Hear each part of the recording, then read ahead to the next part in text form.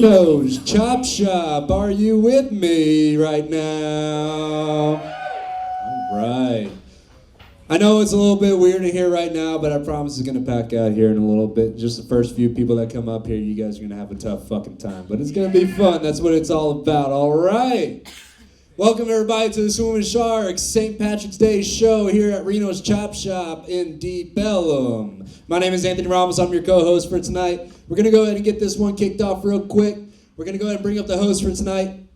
Please welcome to the stage the owner of Swimming Sharks Entertainment. He's a musician, a comedian, all-around good, great talent. Please welcome, it's Noah Shark Robertson, everybody!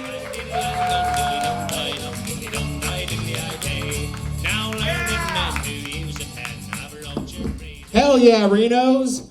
It's fucking, what day is it? Friday night. It's time to fucking party, am I right? Hell yeah. Make some noise if you're ready for a live comedy show. I'm dressed like a jackass. Whee! Hell yeah, it's gonna be a good show. This beard is fucking getting in my mouth already. This is horrible. Now, we got a lot of badass comics lined up for you tonight. It's gonna be a great show. I've already had a couple White Claws, so I'm definitely gonna get naked and fight somebody tonight. It's gonna be a good time. When in Rome, am I right? Do as the Irish do. Hell yeah. Anyway, I got a fun fact for you guys. You guys like fun facts? Yeah. Great, because I got one for you. According to the World Health Organization, Irish people are literally number 2 in the world when it comes to binge drinking. Oh, wow. Isn't that a shocking fact, kind of? Wouldn't you think they would be number 1? Holy shit, they're number 2 for binge drinking. Wow. Yeah. Anybody have any guesses who number 1 is in the world for binge drinking? Anybody? World Health Organization. Russia. What'd you say? Germany? You are very, very close. Russia? That's a very good guess. France? Yeah. God damn. I was gonna say fucking Arkansas or some shit, but according to the World Health Organization, it is Austria. Isn't that crazy? But here's the weird thing. Austrians aren't even binge drinking alcohol. It turns out it's concentrated Jews. All right. Yes, I did start the St. Patrick's Day show off with a Jew joke. I have no idea why I chose to do that, but maybe we should poke fun at some of the Irish for a sec. How many potatoes does it take to kill an Irishman? None. Yes, that was a famine joke. That was a famine joke. Takes literally no potatoes to kill an Irishman. All right. You guys notice my shirt? What do you guys think about this? Love it. Suck me, I'm black. Oh, wow. Who believes that? Anybody out there believe I'm black? Nobody? Yeah, the black guy? Hell yeah, dude. Hell yeah, brother. Sorry about that hard R. Hell yeah, brother. Hell yeah. Brother, I gotta watch those hard R's. I'm super white. No, I am not black, but I did have a 23andMe done recently. True story. I got my results back. It turns out I'm white as fuck. I am whiter than the line at Starbucks. But no, I just, a lot of people saw the way I'm dressed tonight and they said I'm racist. And I just want to prove to you guys I am not racist because I got my 23andMe results in. And apparently I am 58% British and Irish. Yeah! Fuck yeah. 38% French and German. And then there's a 1.8% that just says broadly Northwest European. I don't know what that means, but I'm kind of pissed because for years I've been telling everyone I was a Viking. So this is, it's kind of sad news. I mean, check it out. I have Viking energy, right? I kind of look like a Viking a little bit. Yeah. Except I look like a Viking that likes to plunder Dunkin' Donuts. Is what's going on here. So yeah, it's not a good look. Give me all your apple fritters. Is that how a Viking sounds? I don't know. Yeah, I am not black, unfortunately. I am the black sheep of my family. Anybody in here a black sheep of their family? Raise your hand if you're a black sheep. Yeah? You're the black sheep of your family? Well, that makes sense. Yeah. Why are you the black sheep of your family, sir? My sister's got multi-degree degrees, lots of letters behind her name, and my brother runs Best Buy. Your sister has multiple degrees, runs a Best Buy. No, my brother runs. Oh, your brother. Oh, so your siblings are outdoing you. Yep. It's always the siblings. That's how you know you're black sheep. All of your siblings are fucking killing it in life, and you're fucking working at 7-Eleven or some shit. Yeah, I'm the black sheep of my family for sure. I actually have 3 brothers, and they're all cops. One of them's a state trooper. And I'm a comedian and a musician, so that's cool. But no, I do have 3 half-brothers. I have 3 half-brothers, and my family no longer supports my dream of being a magician. 3 half-brothers. My legs are tingling. That's how you know the magic's working. Hell yeah. I did hide their bodies in the crawl space under the stairs, so now they're my stepbrothers. Yeah. I actually think I just wanted to follow in my father's footsteps. I wanted to become a magician so I could make myself disappear. Yeah. And for my next trick, I will go out for a pack of smokes. Alakazam, you'll never know where I am. Yeah.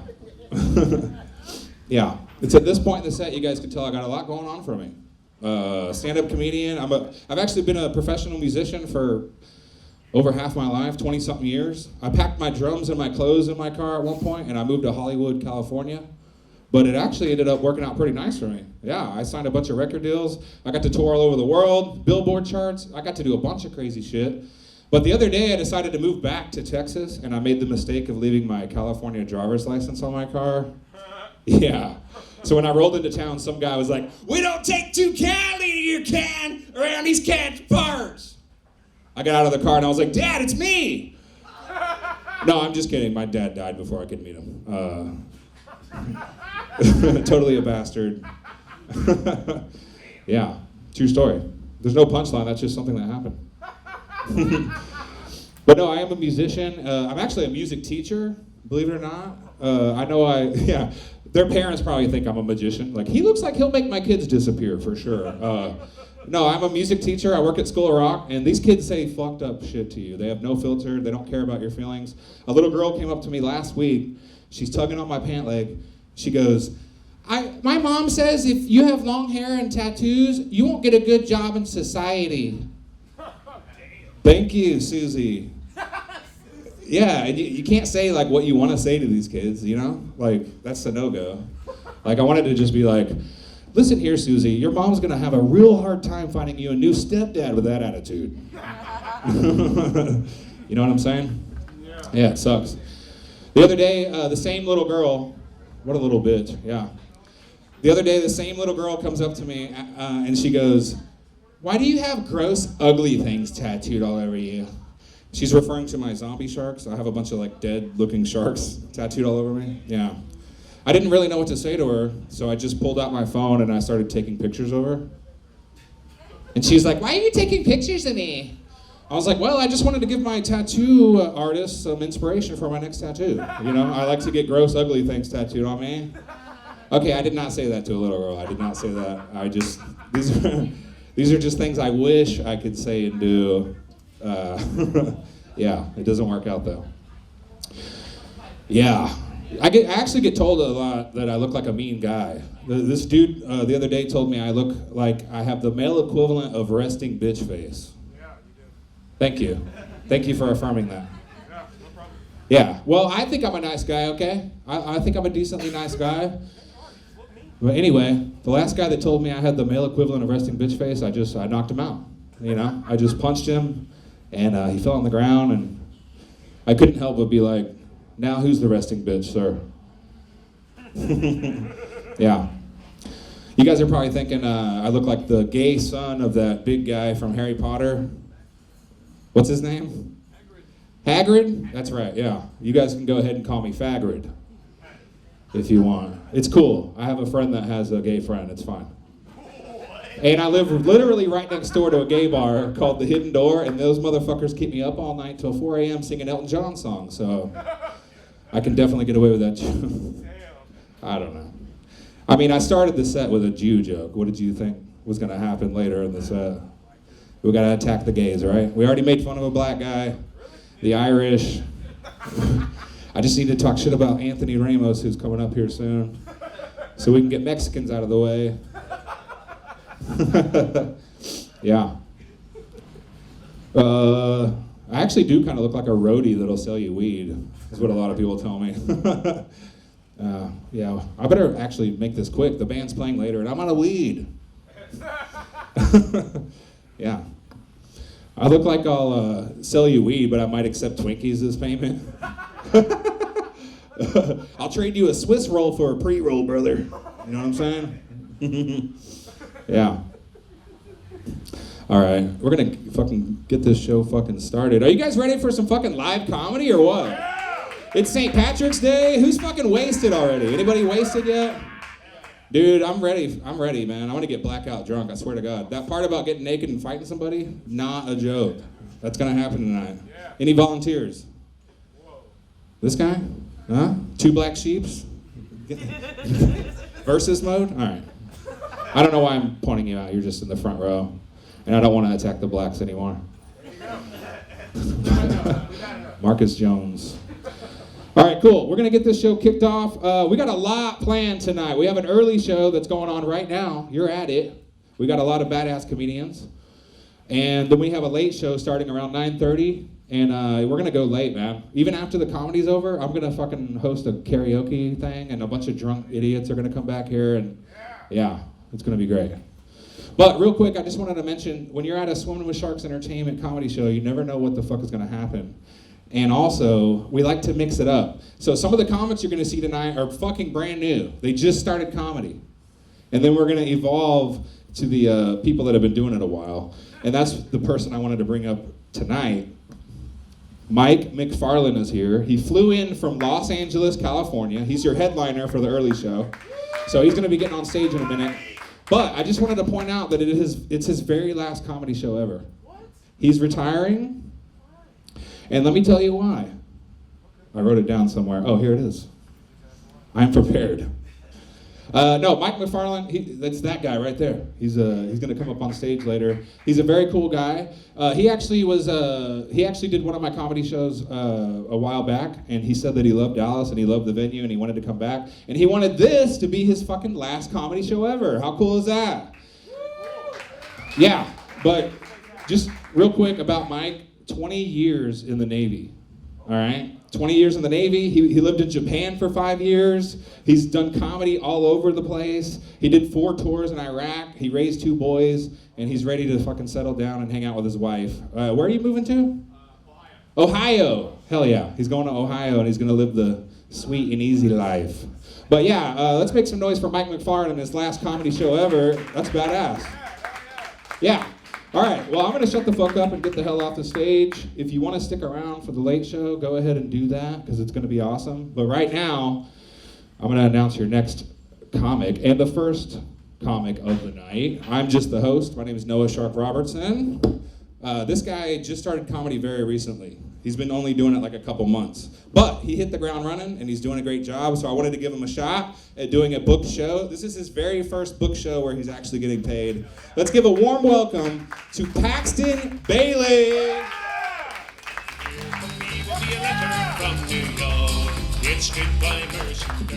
How are y'all doing?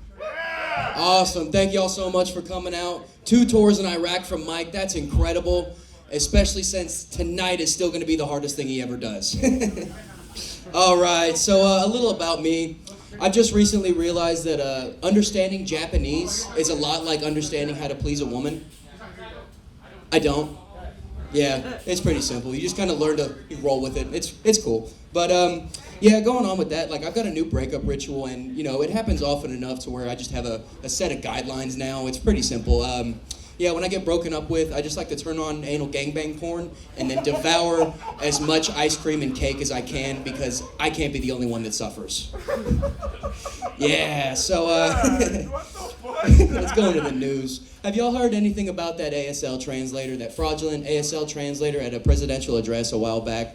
That's fucking astronomical. That's incredible. Like, who the fuck just has the balls to just walk up with some gang signs and then, yeah, I know sign language? That's fucking incredible. There's no background checks for that at all? Not one. I mean, she's just up there signing shit, and people are going like, hey, she's speaking. Oh, excuse me. Hey, she's speaking. Guys, it's okay. My aunt was deaf. I made fun of her all the time. She didn't care. She might not have known. It's okay. She's dead now, guys. Worst part is that's true. Sorry. So speaking of news cycles, Karl Malone's been back in the news cycle recently, and that's, yeah, it's kind of crazy. If y'all don't know, Karl Malone is a basketball player that played a long time ago, and when he was 20 years old, he impregnated a 13-year-old girl. Ugh. And then threw up a couple dunks or something. I don't know.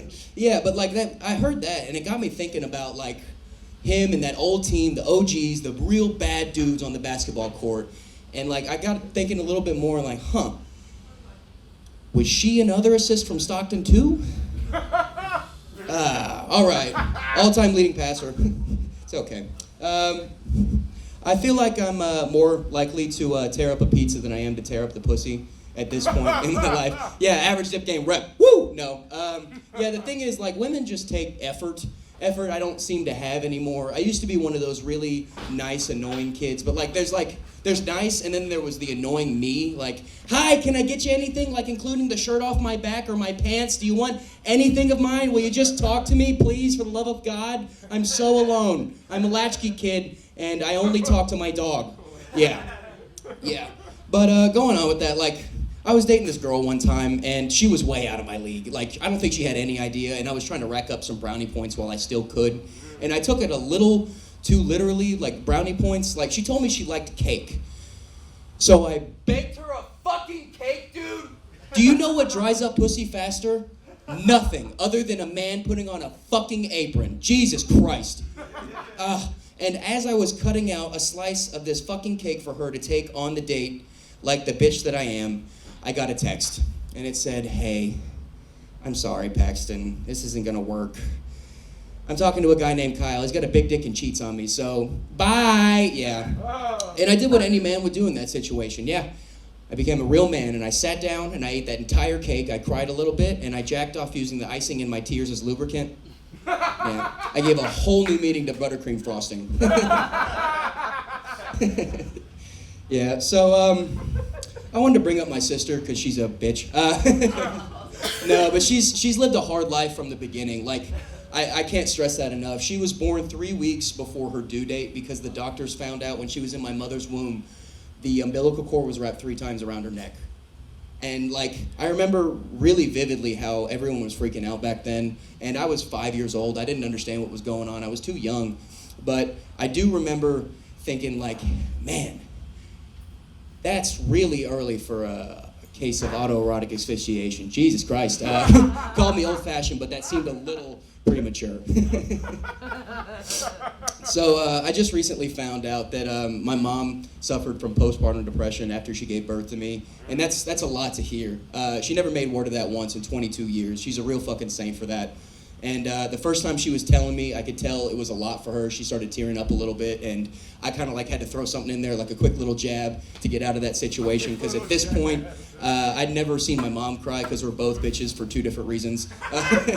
So yeah, I just put my hand on her and I'm like, oh, Mom, hey, calm down. There's silver linings to everything in life. Like even with postpartum depression, without postpartum depression, I don't think I would have learned to swim. Yeah, I love that fucking joke because I just see eyes just open wide. I'm like, yeah, it's a joke about my mom drowning me, guys. It's okay. Oh, man. I'm trying to think if I have one more. Oh, so I've got a cat, and he's kind of a dick, but every once in a while I come home from a long day of work, and I'm just sitting on the couch after a real bad day, and he curls up in my lap, and I'll start petting him, and I'll just realize, the closest I'm going to get to touching any good pussy anytime soon. All right, my name is Paxton Bailey. Thank y'all so much. Y'all have a great rest of your night. Give it up for your host, Noah Sharp Robertson. All right, yeah, give it up for the new guy, Paxton Bailey. Not bad, right? He's just starting out. He's been doing open mics. You just witnessed his first book comedy show. Hell yeah. By the way, you guys are fucking awesome. Give yourselves a round of applause for coming out on a St. Patrick's Day and celebrating with us. Very nice. All right, cool. We're going to get your next comic up here. By the way, I just want to mention this real quick. On every table, you'll see an index card and a pen. If you guys would like to write some suggestions for material you want comics to cover, or if you have a question you want to ask, you guys can write it on those cards. You can even write multiple topics and questions on there. We're going to come around and collect those. We're going to put them in this briefcase right here. And some of these comics, if they get bored on stage or if they blank mind and forget their material, they can reach into the briefcase and fucking riff on some random subjects. And let me tell you, I've been collecting these things from everywhere. Dallas Comedy Club, a bunch of different venues, and people are dumb. Let's test this theory real quick. Anal blossom. Okay? This is what happens when you let people just do whatever they want. Somebody decided to write. What is an anal blossom anyway? What is that? That sounds like something you get at Outback. Maybe it's a If Outback Steakhouse was a gay fucking bar, oh yeah, I'll have the anal blossom. I don't know. I'm an idiot. Get rid of that one. All right, cool. Your next comedian is the co-host of the Swimming with Sharks Entertainment open mic that happens here every Thursday night at 9:30. He is a new-ish comic. He just celebrated his 1-year anniversary of doing comedy. He's a very good friend of ours. Please make some noise for Anthony Ramos.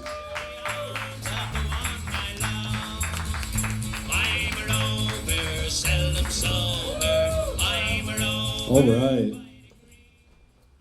I know the first thing you guys are saying, all right. I know you guys see the mustache. It's a fair observation. I get a lot of comments about it, actually. I get people saying shit like, oh, I bet it repels women. Does the exact opposite, actually. It attracts men, so. That'd be helpful if I was gay, but like. No, I actually quit vaping recently because I didn't want people to think I was a queer. Like, yeah, that'll do it. I should clarify, I'm okay to say that. I fuck non-binary bitches, so technically not straight. How's everybody doing tonight? Yeah, good to see y'all. It's good to be back in Texas, man. I just got back from New York. Can we stop pretending that city's fucking good? Can we stop it? Can we end this fucking charade? Well, don't go fucking give me that. When's the last time you went? 2017. Okay, then shut the fuck up. No, I don't like New York, man, because it's too much of a city. The first time I went, I was 19, and I went with my family, and I thought I was autistic because I was just so overstimulated by the lights, and everyone was telling me, no, that's normal. If it's normal to be overstimulated in a situation, I don't want to be there. And then I was asking people for suggestions on things to do, and a lot of people were telling me, like, you gotta go to the subway, man. You gotta go to the subway. It's the heart of New York. That's where the real city is. If the best part of your city is underground, I don't want to fucking go. It's like if I went to Paris and like, yeah, man, you gotta check out the catacombs. Like, what the fuck are you talking about? I don't want to check that shit out. The other thing about New York is everyone's too hot. Everyone there is hot. And I've been scanning around the room.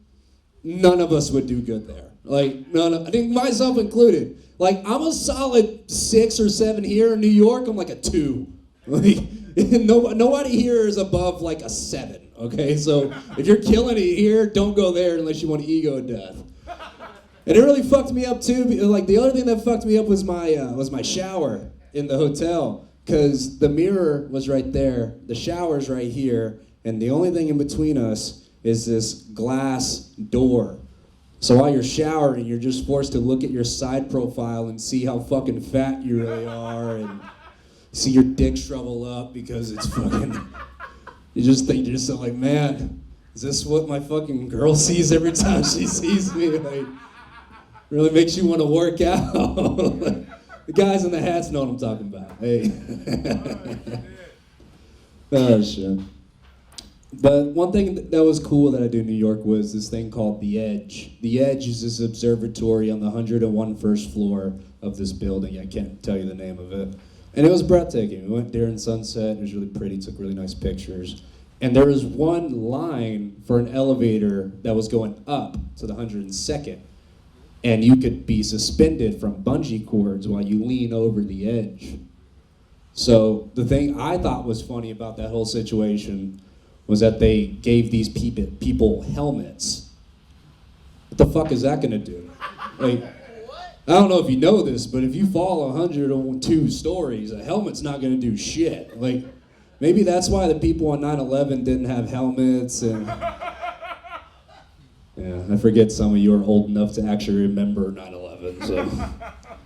I'm not the fucked up one for that. You know what's funny is I told that joke in McKinney and somebody after the show was like, yeah, if they had helmets on 9/11, it would have been to scoop them up. That's... Another thing I'll say, man, one last thing about New York, people were nicer this time around. It was weird, like, because I'm not used to it. Like, whenever I first went, people were fucking dicks. They were mean. That's all you hear about the Northeast. They're mean. They were really nice this time around. And I asked my buddy in Brooklyn about it, and he said, yeah, it's because of COVID. What happened was everybody got isolated, and after you get isolated for so long from people, you really learn to appreciate people. And I don't think people realize, I don't know if you remember, because like we're in Texas, but in New York, they got fucked. Here in Texas, we cared for like 3 weeks. After 3 weeks, people started saying dumb shit like, what do you mean I can't go inside the Walmart? So after that, they're like, dude, fuck it, just throw on a bandana and you'll be fine. Like, no one gave a fuck. But in New York, they were on lockdown for all that time. And it made me realize maybe COVID wasn't all that bad. Like, I'm all for a second wave. That way we can probably make California tolerable and they'll stop fucking moving here. Pieces of shit. I'm single, unsurprisingly. I love the dating apps, man. Dating apps are fun. Anybody here on Tinder? Yeah, a couple of you are lying. I've seen y'all's profiles. Fucking pieces of shit. Carter, you don't have one anymore. Don't worry, I didn't see you. But no, Tinder's cool, man. There's a lot of girls with chokers on there. That's why I can't really get rid of it. I don't know if you guys know this, but also for the people that wear chokers, men, women, NBs, whatever the fuck you are, if you're wearing chokers, you're more than likely guilty of cultural appropriation. Okay? I know that sounds weird. Let me explain myself. You see, the choker is actually a sign of endearment in ancient tribes from Africa. One in specifically called the Mbuku. The Mbuku would actually wear these chokers as a sign of endearment and a mastery. It's kind of like a black belt in jiu-jitsu, all right? But this was a black belt in sucking dick. So I completely made that shit up. Some of y'all were like, oh man, he actually knows the history. That tribe does not exist. That was actually borderline racist.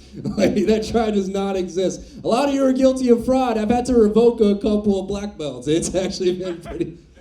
Well, but you know, the thing about chokers, man, like with girls with chokers, if you buy them appetizers on the first date, they'll blow you in the car. Like, it's really fucking easy. And do you guys know about the dirty car theory? You guys know what that is? No.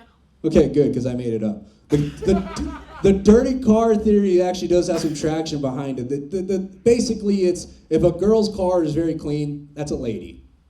Okay, that's a woman that doesn't need a man. She doesn't need you. She doesn't need anybody. This lady has everything figured out. But if she has empty Taco Casa cups in the front seat, she'll do ass to mouth. There's no questions. And if she has a choker, dog. Fucking buckle up and be ready to fall in love. That shit fucking sucks. You know, one more thing on the cultural appropriation thing. I gotta get something off my chest before my comedy career fucking takes off, obviously, but gotta get something off my chest real quick. I said the N-word in the 3rd grade. Not happy about it. No, not happy about it. Not proud of it. It's just something that happened. And in my defense, Marcus, I'm gonna look right at you when I'm making my defense. In my defense, I'm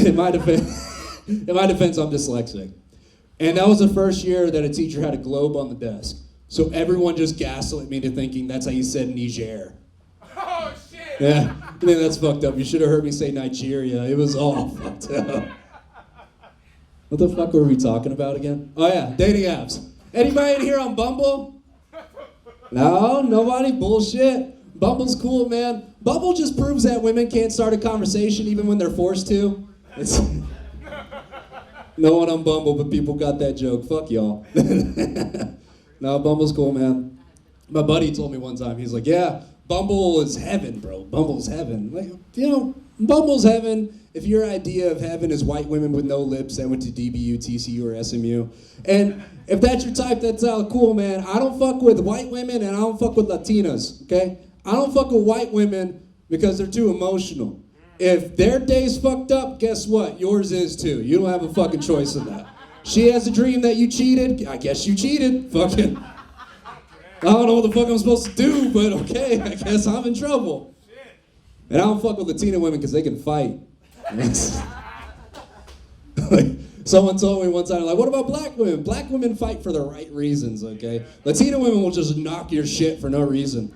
You forgot, you left a sock on the floor, guess what? You're getting a fucking, you know what I'm talking about, Bill. Yeah, exactly. If you're being abused, blink 3 times. Oh, shit. Oh, man. Fuck white girls. I can't fucking do this shit anymore. No, I'm kidding. I say that as I come here with a white girl that I met from Bumble. That's I'll leave you guys with this, okay? So, one of my dreams is, like one of my passions, I should say, is orphans. Like, this is actually a serious subject. I know it sounds weird, it sounds like I'm joking, but like, I actually am very passionate about like kids that are misplaced and everything. And I have a special spot in my heart for kids with disabilities that are orphans. Because imagine being bullied in school, but it just never ends. They're just always at this orphanage. So what I want to do is I want to actually start an orphanage for children with disabilities. Yeah. I want to call it Hand-Me-Downs. Oh, can't make fun of the disabled. I forget. That's right. We're in Texas. You can't make fun of the disabled. You can only execute them. Hey, my name is Anthony Ramos. Thanks for listening to Bullshit, guys. Hell yeah! Make some noise for Anthony Ramos. All right, that was our openers for the evening. We're going to move on to our next 2 comedians who are the featured acts of tonight, followed by the headliner. You guys ready for some more comedy? Hell yeah, you guys are awesome. Did you guys write some suggestions on those cards I was talking about? Not yet. Fuck yeah. Anthony was up here talking about dating apps and shit. Dude, dating apps are horrible. But there's a lot of money in it. I thought about starting my own. I was going to start a Christian dating app. I'm going to call it Holy Fuck. Does that sound like a good idea? All right, great. I was on the dating apps the other night, and I ran across this chick's profile, and it said, "Swipe the way you voted." God. Yeah, her power animal is definitely Trump. I did what any sane, rational human being would do in that situation. I threw my phone in the trash. Yeah. This next guy is a very funny comedian. He's in high demand. You can see him all over DFW. He's going to leave right after this and go to another comedy show. That's how high demand he is.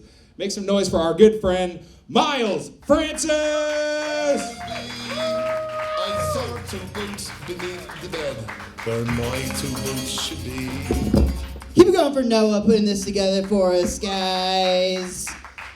Welcome to the best day of the year to be an alcoholic, right? Like, this is the one day that your intervention just turns into a party. Like, instead of people trying to convince you that you're doing it wrong, we'll just all do it your way this day. That's how we'll celebrate.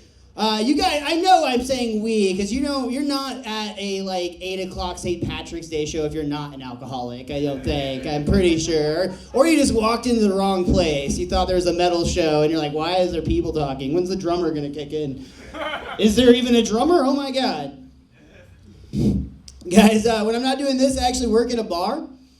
I had some out-of-towners come in recently, and I offered them our special. It was a Texas margarita with a swirl. And they looked at me weird, but agreed to try it. And they take 1 sip, and they say to me, "Wow, you can barely even taste the squirrel."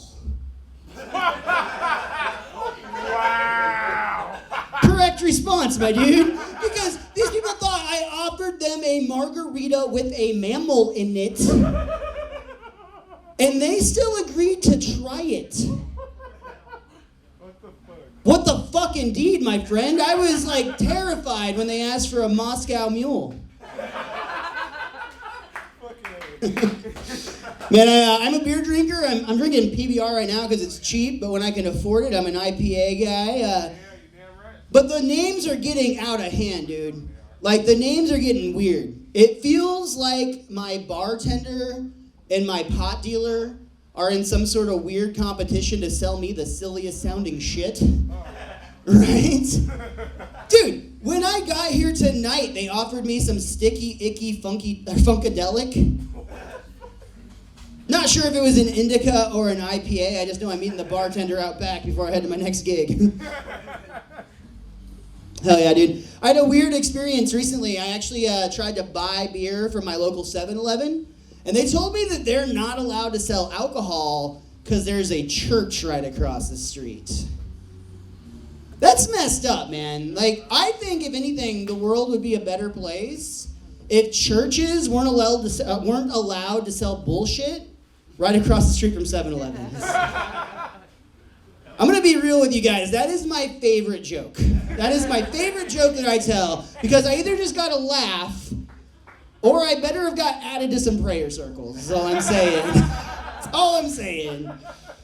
Now, guys, that IPA Indica joke honestly makes me sad, because it just makes me realize that Texas is going to be dead last when it comes to legalizing weed. Like, I know we just did the medicinal bullshit or whatever, but like when we come to actually just like legalizing weed, we are in last, y'all, dead last. But that gives Texas a unique business opportunity I'm gonna tell y'all about right now. Because do you remember like when California and Colorado first legalized weed and people would take vacations just to go legally get high? We can give you the reverse of that. We can make you feel like a badass again just by smoking weed. You're gonna be sitting behind like a wall, like looking like it was middle school. Like, I hope they're not coming, I hope they're not coming. It'll be like if you could go back in time and drink alcohol before you were 21. It has never been as good since, right? Not one. Maybe for some of you this is a better example. It would be like if you could go back in time and smoke meth with a full mouth of teeth. Hell yeah, dude. Hey, I'm not coming from a place of judgment, dude. Honestly, I'm the type of stoner that I like to go and do my grocery shopping at Walmart at like 2 in the morning, which is how I found out the hard way that Walmart isn't open 24 hours anymore. Bro, I show up at like 2:30, and I've got my list, and I walk in, the door's open, I assume everything is normal and fine. So I don't realize that I am the only person in the store that is taking things off the shelf instead of putting them on the shelf. Because I have some respect, guys. I'm a respectable drug user. If I'm high as fuck at 2 in the morning, I am not looking at anybody's eyes. I'm staring at the floor and the Funyuns and nowhere in between, all right? So it is not till I try to go and self-checkout and realize that that is not an option that I have to ask an employee for help. And I'm like, hey man, I'd like to check out. Do you work here? Do you not work here? That's the response that I got to find out that, yeah, apparently you can't just do that anymore. But it's one of those things, man. I've been smoking weed now for like 15 years. Thank you. I don't mean casually off and on, though. I mean, like, I'm pretty sure I've been stoned now for the last decade and a half straight. And guys, I am in my 30s. Like, I am past the point of experimentation. I'm not even going to try sobriety. I can tell from here that is not for me. I do have my limits, though. Like, is there anybody here who's into the dabs, the concentrated weed? Yeah. Hell yeah, dude. Good for you guys. Brave souls up front. Hey, you do you, that's cool, but to be honest, dabs feels too much like doing drugs to me. Right? Like, you've got to have your own special contraption. You've got to have a blowtorch. If you need a blowtorch to get high on pot, you've made some mistakes somewhere along the way. But again, not coming from a place of judgment. That is not what this is about, because honestly, I'm not even really sure when this happened. But at some point, weed went from being the drug to being the thing that I use to keep myself grounded when I am on drugs. Right? Yeah, dude, like, it used to be my friends and I would, like, roll up a joint, listen to some music, and be like, oh, man, look at all the pretty colors. And now it's more like, holy shit, the walls are melting.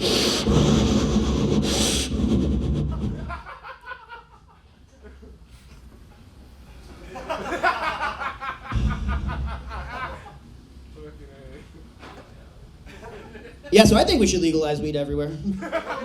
Just me? Hell yeah, dude. No, I think it's time. We're well overdue. But I will say this. Dispensaries have made potheads a little too bougie. Mm-hmm. We'll give you an example. I was smoking a joint the other day in a parking garage with some strangers underneath the stairwell, like you do. And I passed this joint to this woman that I do not know. And she looks me dead in the eyes, and she says to me, is that an indica or a sativa? Lady, we're in a parking garage right now. That is some weed right there. Like, smoke it or don't. Honestly, I don't care. Because the only concern going through my mind in this moment is it gonna make it back around to me? Guys, we can all admit, though, if you smoke weed long enough, you know that it's not all good times in a parking garage when you're high. I actually had a weird experience. I went to hang out with some friends here in Dallas, and they told me that the parking can be difficult. It's got its own personal parking garage or whatever. Like, whatever, I can drive. I make it in no problem. We hang out, we smoke for a bit. It gets time to leave. When I get downstairs, that parking garage has shrunk, y'all. Significantly. And like, I have got myself in a pickle because I am basically like trying to back out of this parking lot, but I'm getting stuck and I'm having to like get out of the car like every 1 or 2 feet to like check that I'm not about to like back into something. And like, it is freaking me out. I'm starting to panic. I basically got myself in like that Austin Powers like golf cart in a hallway situation. Like, I am going nowhere fast, right? And I'm freaking out. I'm like, oh my God, somebody that lives here is gonna get home and they're gonna be, I'm gonna be blocking them from getting home. They're gonna be so mad at me. But then like another 10, 15 minutes goes by. I'm like, fuck that. I am clearly incapable of getting myself out of this situation. So I need somebody that lives here to help me with this situation. And I am perfectly prepared at this point to hand my keys over to a complete and total stranger. And guys, I actually had to catch an Uber over here, so if one of y'all could help me out after the show, I'd really appreciate it. I'm gonna get out of here on this one, guys. We got karaoke happening after the comedy tonight. We got any karaoke people in the house? Yeah. Of course, we got some attention seekers. You don't sit on the front row if you don't seek a little bit of attention, right? Hell yeah, man. But hey, even if you get hyped up for karaoke like we get hyped up for karaoke, everybody can agree that karaoke makes a great sobriety check. Yes, sir, it does. Good. You can tell where you are at in your evening based on the songs that you are choosing to sing, right?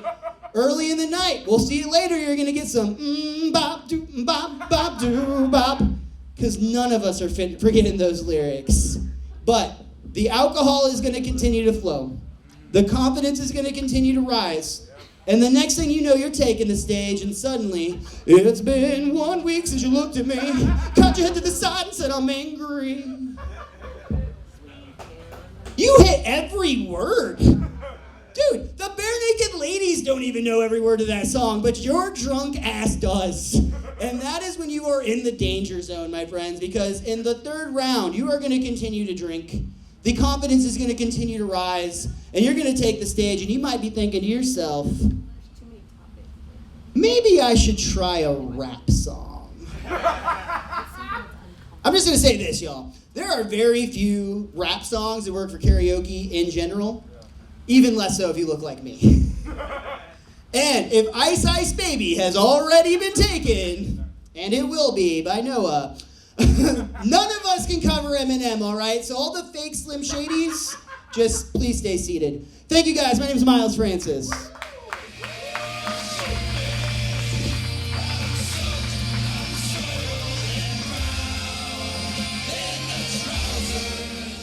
Hell yeah, you guys having a good time tonight or what? Yeah. Fuck yeah. Is anybody blackout drunk yet? What's happening? It's St. Patrick's Day. You guys partying? I seen a bunch of people that are brand new that just came in. You got cards on your table and pens if you want to write some suggestions for the comics. We're going to put them in this briefcase here. Real quick, oh, by the way, that guy that was just up here, Miles Francis, he looks kind of like the genie that comes out when you rub a Janis Joplin album, and he'll grant you like 3 free mushrooms. He looks like he snorts her ashes or something. Real quick, I just want to give a shout out to our buddy Zak Sprung. This is a tribute show to him. He was actually supposed to be on this show tonight, and sadly he passed away. He was a very funny guy, and he was a good friend to all of us comics. So R.I.P. Zak Sprung, you're with us in spirit, buddy. All right. Way to bring the energy down. No. This next guy is going to blow your minds. He's a very funny guy, and he's a good friend of ours. You can see him all over DFW. He hosts a bunch of fucking badass events in town. Please give a warm welcome for Joshua Stramiello, everybody!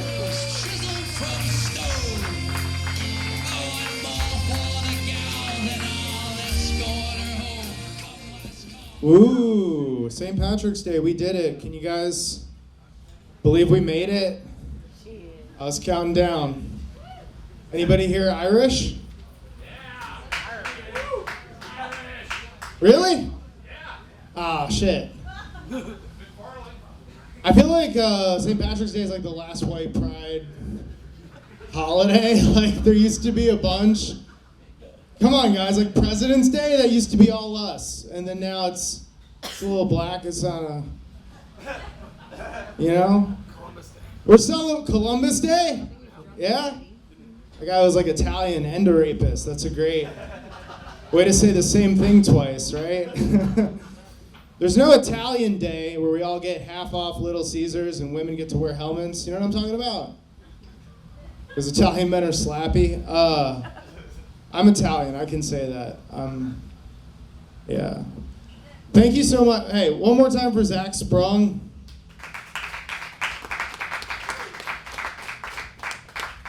His dying got more attention than me right now. It's weird that you did a memorial before bringing me up. You're like, yeah, this dude's dead and life is meaningless and this isn't a real holiday and that hat's plastic, but R.I.P. He was a good guy. I actually have nothing bad to say about him. And I would if I did. I've written eulogies for half the comics in town already. Yeah, all right. You guys don't hate these guys as much as I do. I'll do a joke. Weird week. I just found out I can afford half of a one-bedroom apartment. So, ladies, yeah. If you're looking for a man that needs commitment, okay, yeah. Or fellas, yeah. If you're just looking for a cool roommate that will put out. I ain't going back to the streets. No, I need a roof and Lucky Charms. That's what I need. It's weird. Everything's expensive now. Prices are going up. Gas is so expensive, straight people are rollerblading. You used to hear, oh my God. Now it's like, thank you for your service. Gotta get off of Putin's oil. Can I get a fuck Russia? Yeah. Yeah, I mean, I'm an equal opportunity fucker. Genetically, they're like the same. They're kind of like having their civil war right now. I hope the good guys win. I went to public school. I don't. Yeah, geopolitics. Took my shirt off the other day and a girl said I look like I used to work out.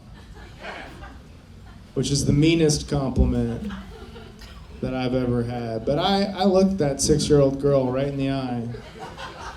And I said, I worked out this morning. It was a large lunch. Yeah. I work out now, but not really. It's at Planet Fitness. Like, I get my lunch and my workout at the same place. You guys might not know, Planet Fitness is a gym that serves pizza. It's like a rehab clinic that gives you like one last bump on the way out. They're like, yeah, see you next week. Planet Fitness is a gym, but like it has a smoking section.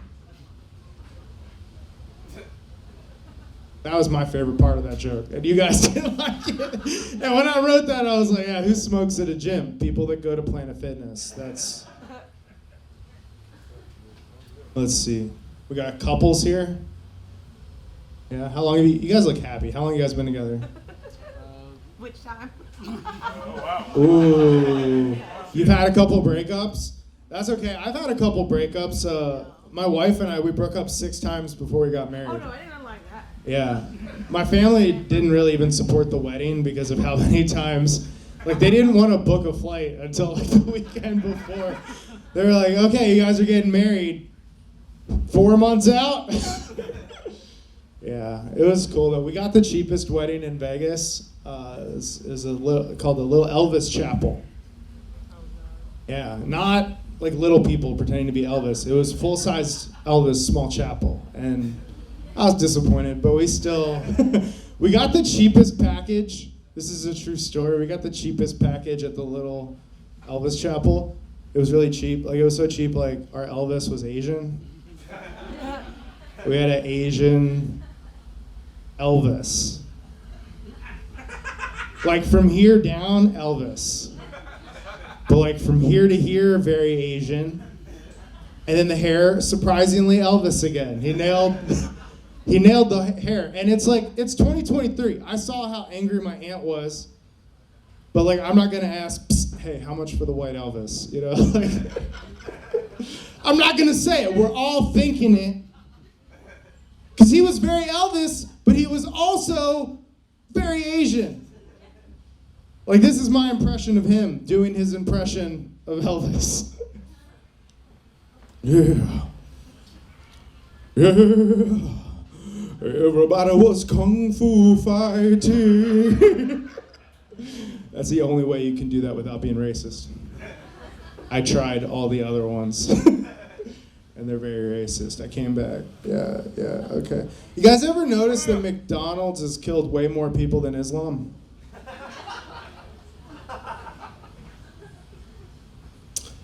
Like, Islam talks a good game, but McDonald's has bodies, like...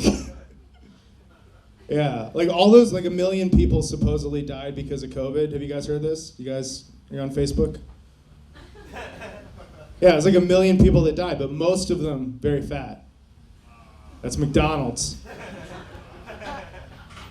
Killed more people than COVID. It's like billions and billions served. Millions and millions slapped the fuck down. McDonald's. We're loving it, yeah. I'm not a vegan, by the way. If you guys are like, oh, this guy hates McDonald's in America. No, I'm pro-America. And I'm anti-Russia. Or whatever other countries you guys don't like right now.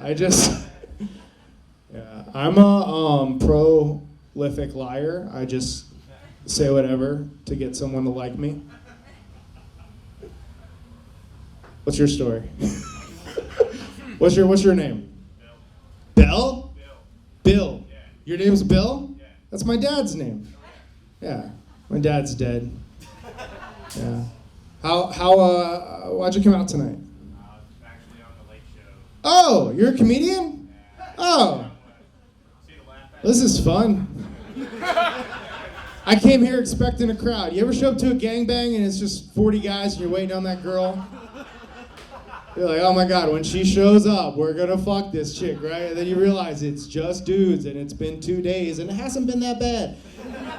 And you start to question your sexuality, but you know what? You didn't have a good enough education, so you just do some mushrooms and listen to Joe Rogan and you get through it! Nice to meet you, Bill. What's your name in the hoodie? Christopher! Give it up for Christopher. What's your last name? It's not Columbus, right? You look like Christopher Columbus. No, it's an insult. He's a colonizer. No, I'm kidding. It's not a roast show. What's it's a cool shirt? What's cool about you besides that shirt? Okay. Guys, give it up for Christopher. Can't wait to listen to your podcast. He's gonna be like, it's just Christopher. He doesn't even talk on it. It's just an hour and a half of ASMR of him watching other YouTube channels, but with this guy's headphones on. How long have I been up here? I got really high. I'm always I'm always fucking sober when I perform, and then I was like, I want to celebrate Irish culture. I was at dinner the other day, and my friend's dad was there, and he was like, what do you think about the war on drugs? I was like, I think we're about to win. What the fuck? And he looked at me all confused, and I was like, oh, I see. I'm on Team Drugs? Yeah, who's Team Drugs? Yeah, I didn't have any Irish people here. We got some druggies, yeah. I could tell he was upset though, so I want to give you guys what I wrote for him, which is like, if you want to win the war on drugs, here's how to do it. You just change 2 rules, and you'd fix the whole thing. Rule number 1, cops can smoke anything they find. Rule number 2, crackheads can be cops. And you would win the war on drugs in a short weekend. It would be over. Like, these crackheads are not waiting on warrants. They're just, boom, give me all your drugs and copper wiring. It's the police. Yeah, they don't even need drug dogs. They're like, it's on the 3rd floor. Yeah, plus, like, everyone loves dogs. No one wants to see a dog get shot, but since they can smell like that, the dog won't get shot. It'll just be a dead crackhead. And here's the thing, Black lives matter, all lives matter, maybe, but crackhead lives definitely don't matter. No one's going to that march. In fact, if you see a crackhead dead on the sidewalk, you're just gonna march around them. That's the only march you're gonna be doing. Okay, guys, laugh it up for dead crackheads and the Irish, and that's been my time. Yeah. Give it up for your host, Noah Sharp.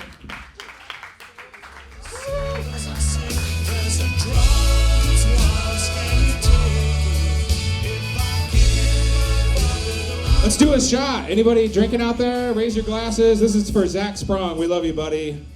Make some noise for all the comedians that came out tonight so far.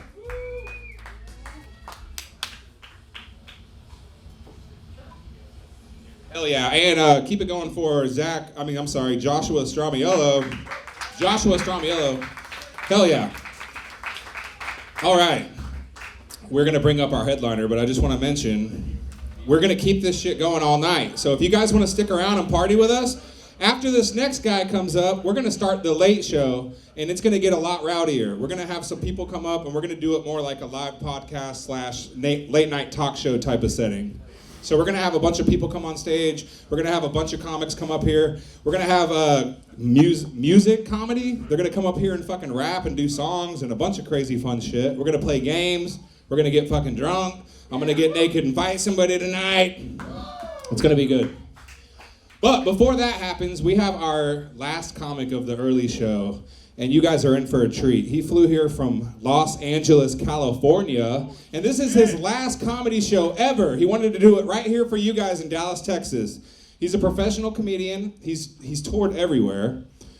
He's done the Laugh Factory in Hollywood. He's done the Comedy Chateau in North Hollywood. He's done Blackbirds. He's done it all. He's a very great guy, and he's a good friend of ours.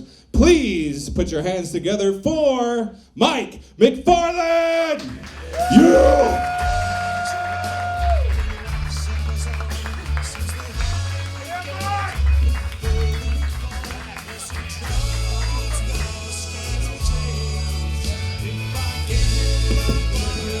All right.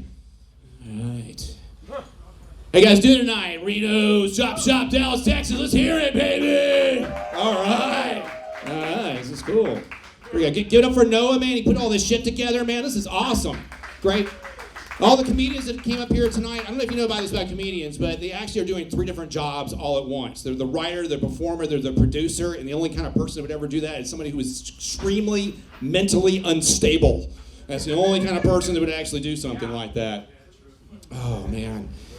So I was at a show. It was called the Sunset Rooftop, and it was in Hollywood. So it's really cold outside. It's like 49 degrees. So I'm wearing a jacket. I'm wearing a hat. I show up over there, and this younger comedian comes up to me, and she goes, "Hey, it's really cold out here. I didn't realize that the show was outside." It says rooftop in the fucking title. How could you not know that it was outside? I mean, Jesus Christ, really? I mean, I'm typically, I got some words to say, but I was a little speechless at this point. I just had to kind of like stare at her for a minute, like in total disbelief. Like, really? didn't know that was outside. Now, I have a 22-year-old home. She was about 22 or so I have a 22-year-old home. And the agreement is that he could stay at home as long as he was going to school, okay? So now he's done with school, okay? So I go up to him and I go, hey, man, school's over, so, time for you to go somewhere else, You're going to discover life somewhere else, that's what you got to do. But after I said that, he's still there. He didn't leave. He's still there, man. So then I went up to him a couple weeks later and I said, hey, I'm leaving, okay? I'm going to be leaving. I'm out of here. No one's going to be paying the rent anymore. No one's going to be paying the food. It's like, the furniture's going to be gone. That means you got to leave, man. You can't. You have to explain it like that because, see, people in their early 20s, they don't understand that rooftop is outside, okay? Rooftop is outside. I mean, how could you not know that it was outside? Last year, I toured for about 5 months on and off throughout the year. And one of the places I went to was Phoenix, Arizona in June. I don't make good decisions, okay? It was 130 degrees every single fucking day, okay? It didn't cool down to 100 until midnight. And then I ended up seeing this Airbnb that was made out of solely concrete center block. No insulation, people. All right, so just picture 130 degrees beating down on concrete center block, and I'm on the inside, okay? So basically, I'm just in a human convection oven is what I'm in. And I got like the AC, blasting, and the ceiling fan is on, but that's so they could just kind of rotate the heat inside and just cook me evenly on all sides. Then I went to another place. It was called Barstow, California. I don't know if anyone's familiar with that, but that is the closest thing to purgatory in California. So I get there, and the MC felt that the most important information to tell me right away was, hey man, if you feel the need to do cocaine, you do that in the parking lot. Don't be doing that in the bathroom, okay? I was like, oh, what? Okay, all right. So just go out to my car and snort those rails off my dashboard. Okay, gotcha. Okay, thank you. Don't be an animal and go in the bathroom. All right, that makes a lot of sense. Thank you so much. Then I did a stint up in Portland, and I went to this place called Dante's, and it was downtown. So I walk in, and there's a comedian up on stage. He tells a couple of jokes, and then he takes his shirt off. Oh, that's kind of strange. Kind of looked around the room for a minute. Nobody said anything. I was like, well, must be okay. So then, sure enough, he tells a few more jokes, and he takes his pants off. But he's wearing these spandex bicycle pants that's on him, right? And I went like, okay, something's definitely not right here. And the first thing I thought of is that I should be taking pictures. Yeah, that's what you're doing, because no one's going to believe this story when I tell them. So, sure enough, he tells a few more jokes, and he takes off the spandex bicycle pants. But all that he is wearing is a G-string, okay? And the front of the G-string is not exactly covering all the geography. You know what I'm saying? Okay? All right, and there's two girls over at the bar, and they just happen to look over right at this specific point, and they go, oh my God, one of the twins are hanging out. And so now I'm scrambling for my phone, okay, so I can take a picture of it, and I'm sorry, everyone, I failed as a comedian. I did not get a picture of one of the twins hanging out, okay, sorry. But I did get some pictures of some other things, okay, and I will be showing those in the back of the room for 25 cents each, okay, so just let you know, in case anyone is interested, back of the room, quarter a piece, okay, just see me later, okay? All right, so he's got his hands on his junk and then the other hand on the mic. And all that I can think about is, dear God, please don't switch hands, okay? I don't really want to know you that well, okay? I could be the next comedian up, all right? That's just, that's a little too close for me. So he decides to end the show by turning around. Now remember, he's wearing a G-string. Now we're not talking about he turned around real quickly. We're talking about like a linger, okay? There was a little bit of air time to this. Turning around like this. This guy had the hairiest ass that I have ever seen. I was like, whoa, bro. I mean, what is that? Is that you got a ZZ Top reunion going on in your pants there? I mean, is that what's... I mean, is that the whole cast of Duck Dynasty just kind of tucked away in your pants there? I mean, what is, I'm like, bro, you need to like shave that or wax it or style it or do something because what you got going on is not working. Not working. Oh. I was in the Navy for 20 years.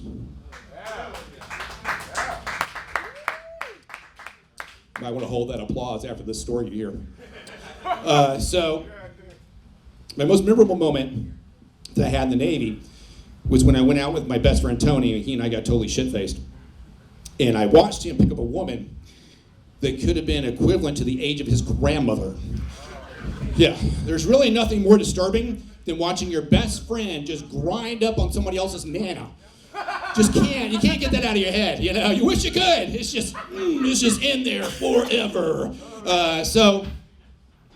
But I agreed to be his wingman because he promised me that she was going to take me to the early bird special at Denny's the next morning, you know? And I'm motivated by food. I was like, I'm in. Let's do this. So at the end of the night, he goes, hey, she wants to go back to her place, so let's go. I'm like, okay. So we go back to her place. I pass out on the couch. Fast forward to the next morning, I wake up, and I find Tony in the middle of the living room rug, just completely naked. Now, I can't find any of his clothes. I'm starting to kind of panic a little bit, right? So I finally got him up, and I started having these visions in my head of him running across the parking lot to the car. His young children are pointing at him, going like, Mommy, what is that? And then their mother going like, well, that's the walk of shame with a side order of regret. And so I didn't really want to experience that, so I just picked up a random shirt off the floor, and I go, okay, Tony, listen carefully. I want you to take your legs and put them through the sleeves of the shirt, and then tie the rest of the shirt off around your waist. And he was smashed. He goes, all right, let's do this. So he does that. Now we're walking back towards the front door, and I look down, and all that I can see is Tony's ass sticking out of the neck of the shirt. So now when people come up to me and they're like, hey, man, thank you for your service. That is the image that I have in my head, okay? It's just Tony's ass just sticking out there for everyone to actually see. Yeah. Oof. I've lived in Los Angeles for 8 years now. No, it's not. It's not. It's a fucking circus out there. It really is. But it came up on my mind because when I was walking over here, I'm staying over at the Ambrose. I got an Airbnb, so I'm walking over here, and one of your fine homeless people came up to me. I think that's the PC term. You know, it really gives a shit. So he comes up to me and he starts going through his spiel, and so I knew the end result was going to be. And he goes, you know, do you have $1? And I'm like, sorry, bro, I don't have one. So he was like, all right. So he walks away. And whoa, that's it? You don't got like a follow up to that? You're just going to give up? That's it? That's all that you're going to do? I said, look, dude, in LA, the homeless have gone fucking digital. Okay, I just want to let you know that, all right? So I had this experience where I'm sitting in my car at a red light in downtown LA. Homeless guy comes up to me and he goes, hey man, you gonna get $1? And I go, no. And he goes, no problem. You can just Venmo me a couple of dollars. I'm like, what the fuck is going on, dude? I look down, I'm like, dude, you got no shoes, man. I just saw you stumble out of like some contraption that you call a home that's made out of wooden pallets and bicycle parts. You know, you got no physical mailing address, yet you got a cell phone and a Venmo account? I mean, you know, and that's why anyone can fit into LA, okay? That's just why, just like, if it's crazy, it will fit in there. No problem at all. Then I was on Hollywood Boulevard and walking down the street. This guy passes me and he goes, go fuck yourself. Now, full transparency, I don't really know if he was actually talking to me or not, because a few minutes before that, he was having a full conversation with a fucking trash can. So I don't really know if he was actually talking to me or not. But it did get me to kind of think about it a little bit. And I think that if I could actually do this, I would probably never leave my house. Okay, I was just never leave my house. You know, It would save me a lot of money in my first 2 divorces. That's what I'm saying is that you just never know when you're going to get some good advice. Okay, that's what I'm really trying to point out here. Oh man, LA is so fucking crazy out there. First thing in the morning, I like to check my social media. How about you guys? You like checking your social media first thing in the morning? Yeah. What's your primary one? Oh, we got a ooh on that one. Yeah, I don't. What's the first one that you like to check in the morning? Twitter. Twitter. Okay. You like Twitter? What's another one? Instagram. Okay. What else? What else we got out there? TikTok. Okay. TikTok. I check Facebook because I'm old. Okay. That's why I check that one. And I actually had a comment on one of my posts, which doesn't happen to me very often. And it was from a woman named Jenny. Okay. Jenny says that she likes my post and that I'm a very nice person. I'm like, cool. But this last part's very important, so I need for all the ladies in here to listen very carefully to this, okay? She goes, "You are a beautiful woman." I know we have to keep it open-minded these days, but I don't really know any women that have beards outside the fucking circus, okay? So, and I guess the silver lining is you just got to take your compliments where you can get them. I guess that's where it's at. I don't know. But I bring this up, ladies, because I just want to let you know that according to Jenny, there is a new standard out there, and this is it. Right here, okay? So just take it all in. All right, I know it's a lot to fucking look at, okay? But this is the standard. I always thought the standard was in the middle of the scale. According to Jenny, it's at the very fucking bottom, okay? It's just at very bottom. Ladies, all you got to do to be above the standards, just show up and be breathing. Okay, that's it. That's all you got to do. Okay, that's just right. And then of course, if you have a little bit of stubble, fuck it. Nobody really cares because apparently beards are trending. Okay, so there's that. I used to run a show in LA called Dysfunctional Fun. And one of the first shows that I did, I had this crazy idea that I would broadcast it on TikTok Live. You can kind of see where this is going to go wrong, right? So about halfway through the show, I got kicked off of their live platform. And then I got suspended from TikTok for 3 days. Somebody had reported the show for sexual content and nudity. And I got to tell you, those are 2 things that I just really like. Those are fucking awesome. I mean, separate, they're cool.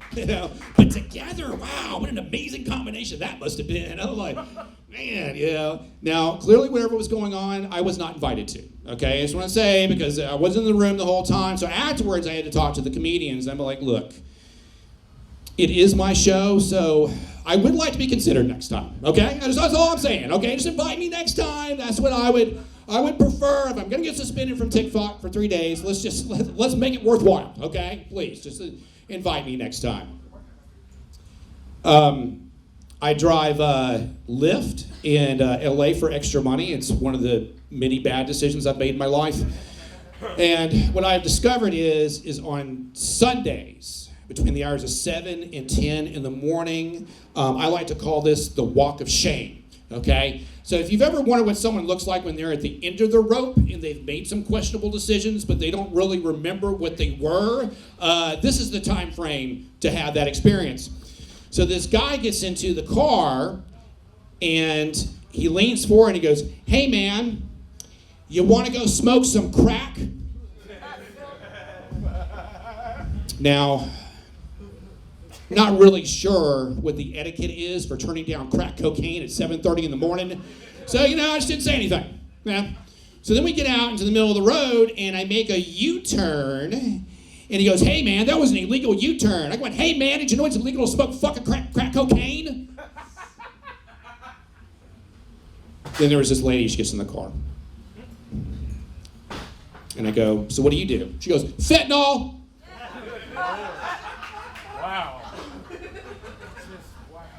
Now, my experience is when someone answers a question with one word, the conversation is fucking over, okay? It's done. But I was mistaken. Because when we got to the destination, which happens to be a hotel, she goes, "Do I look like I belong at the front entrance of a hotel?" Now, I've been married for 15 years, and that really sounds like a trick question to me, so I wasn't going to answer that. I don't think so. So, a few seconds go by, and then she goes, drop me off at the back of the hotel next to the grocery carts. And then it clicked in my brain. I go, oh, fentanyl. That totally makes sense. Yeah, no problem. Grocery carts. Gotcha. No problem. Then there was this other girl. She gets into the car, and she starts laughing, like hysterically, like out loud. I go, what's so funny? And she goes, I'm on acid. Not something you want to hear when someone is sitting directly behind you. So we take off. Everything's fine at first, and she starts waving her hands like in the air. And so naturally I go like, is everything, okay? And she goes, birds! Birds! I'm like, what the fuck? I have backseat birds? Is that what's going on? Who knows what the fuck she's seeing? She's high as a fucking kite, right? I mean, she could be calling anything birds at this point. So now I have to get rid of these imaginary birds out of my back seat. So I roll down the back windows, and I slowly turned around, and I looked directly at her, and I go, go away, backseat birds! Go away!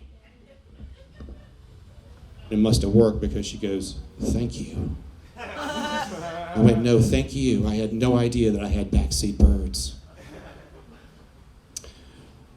I'm a part of what they call the 3 Times a Married Club. Anybody else a part of that in here? No? I'm the only one who makes bad decisions in this room? Okay, that makes sense. I'm one with the mic, so I guess that's why. Okay. My first wife that I was married to her for 2 years, it turns out that she was allergic to monogamy. Who knew? Not me. Not me, no. I actually discovered this when she called me from the guy's house that she just slept with, wanting me to come and pick her up. That's what motivated me to become a Lyft driver. Then there was my second wife, married to her for 9 years, so a little bit better. It turns out that she had a Disney fetish. She loved going to Disneyland every fucking day. Guys, I'm just here to tell you, you can't compete with an entire theme park. It's just not possible. Okay, it just cannot be fucking done. It just can't. Then there's my current wife. Hopefully you never have to specify which wife you're actually talking about. But this time, I've been married for 15 years, almost 16. It'll be 16 in April. Yeah, thank you. Appreciate that. Yeah. When you get married for a third time, they have requests. Oh, yeah. Her request was for me to get a vasectomy before we get married. Mm-hmm. Yeah, so I can just cross that off my bucket list now. Like, yeah, oh yeah. Dream come true. Dream come true. So I'm going to leave you with this, okay, guys? I became a dad the traditional way. Yeah, you guys know what that is, right? Okay, paternity test. Any other paternity test dads in here? No? I'm just fucking with you. I just want to see if someone's going to raise their hand. Okay, all right, you guys have a great night. Keep drinking, okay? You're almost to your bad decision, okay? All right, good night, guys. Thank you so much.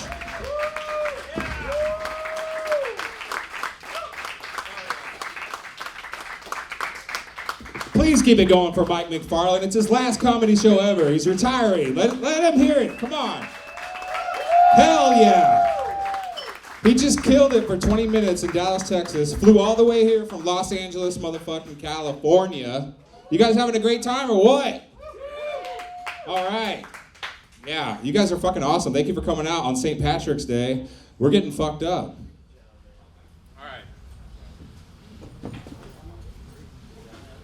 All right, we're gonna, that was our early show, ladies and gentlemen. So our early show has come to a close. We are now moving into the late show activities. By the way, I like how nobody wants to sit all the way up front.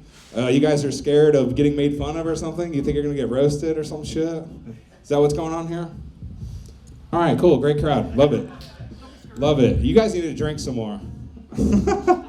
You guys need to drink some more. All right, so that was the early show. That was a little bit more of like a traditional comedy show. The late show is going to be a little bit different, my friends, all right? Because we're going to do our classic Swim with Sharks Entertainment showcase where we do it a little bit more like a live podcast / late night talk show. It's gonna get a little bit rowdy, all right? We're gonna have a panel up here where me and Anthony Ramos here. Hello. We're gonna have special guests. It's gonna get rowdy. We're gonna get fucked up. Every time we do this, I don't remember half the night. Ivory Jones knows what I'm talking about. Dude, I'm really good at pinpointing when you don't remember shit. No, literally, I don't remember half the night, and when I start seeing the pictures, I'm like, oh yeah, that happened. Dude, you messaged me the other night. Why'd you let me give away so many shirts? Like, dude, I don't remember that either. Yeah, I was trying to sell shirts, and then later in the night, I was just giving them away because I was so blackout drunk. But no, we have a really badass show lined up for you right now. What time is it, by the way? Who's got the time? 9:37? Cool, we're right on time. The late show is supposed to start at 9:30. If you guys need a bathroom break or if you want to fucking get some alcohol or something, go for it. You got like 3 or 4 or 5 minutes, and then we're going to bring up our first comic, and we're going to get the late show kicked off real soon. What? I know, we need bartenders. We're waiting on our bartenders to get here, which just so happen to be the owners. They're on their way? All right, cool. Fucking typical.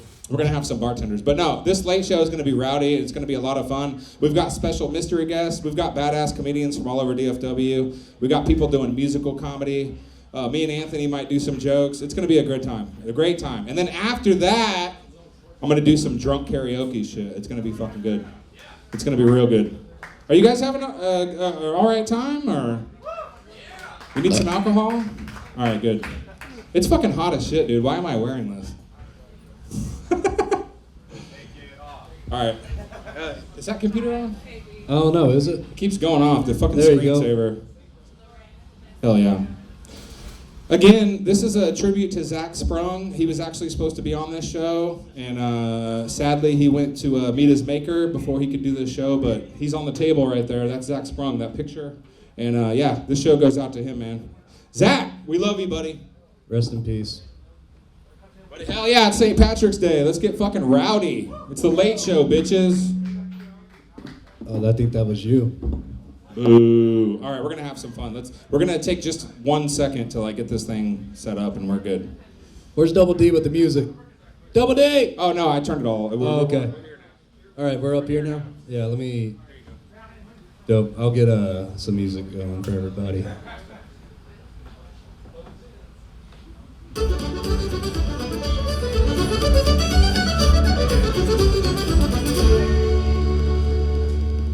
Right when it turns off. In the merry month of June, from me home I started, left the girls a tune. Nearly broken hearted, salute to father dear. Kiss me darling mother, drank a pint of beer. Me grief and tears to smother, then off to reap the corn. Leave where I was born, cut a stout blackthorn to banish ghosts and goblins. A brand new pair of brogues, rattling o'er the bogs. Let's see what you fucking drunk assholes have been writing down on these cards.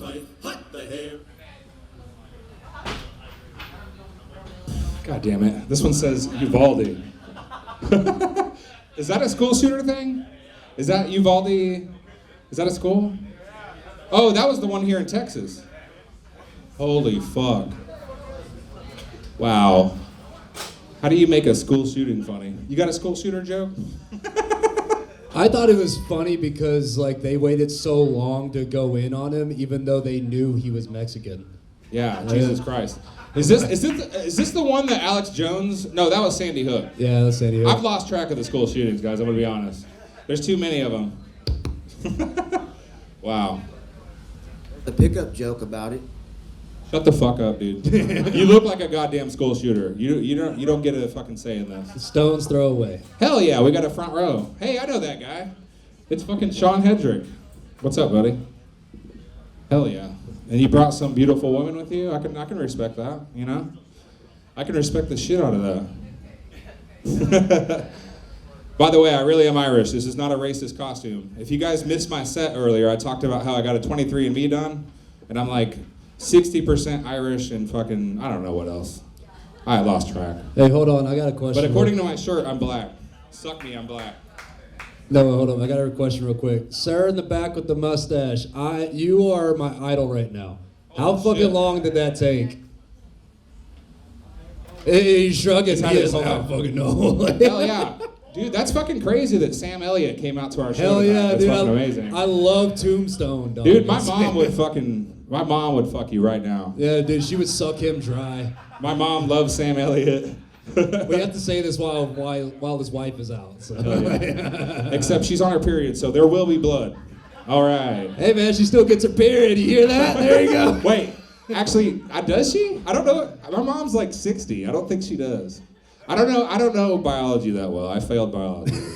Okay. You can go downtown and smell it all day. Fuck off, Double D. Yeah. I'm gonna play music. Hell yeah. No, that's fine. We're gonna get this shit started right now. I was just gonna let people get a drink, go to the bathroom. But if you guys are just joining us, we just ended our early show and now we're moving into the late show. The shenanigans are just beginning. Mike McFarlane just fucking killed for 20 minutes. Hell doing yeah, his dude. last set of comedy ever. Hell yeah. That was cool. Are you guys ready to get this fucking weirdness started? I don't think you realize how weird it's about to get. It's gonna get really fucking. It's gonna get really fucking weird. I hope you guys are drunk. I'm about to get fucking blackout drunk. Oh! We got a diverse crowd now. We're gonna turn all the lights off and play Who's in My Mouth. Shit. Gotta back up a bit. All right, so this first comedian. Oh wow! Why do I have a baby hand in my pocket? This is not what I was looking for in my pocket. Is that what you use? Yeah, that's what I use.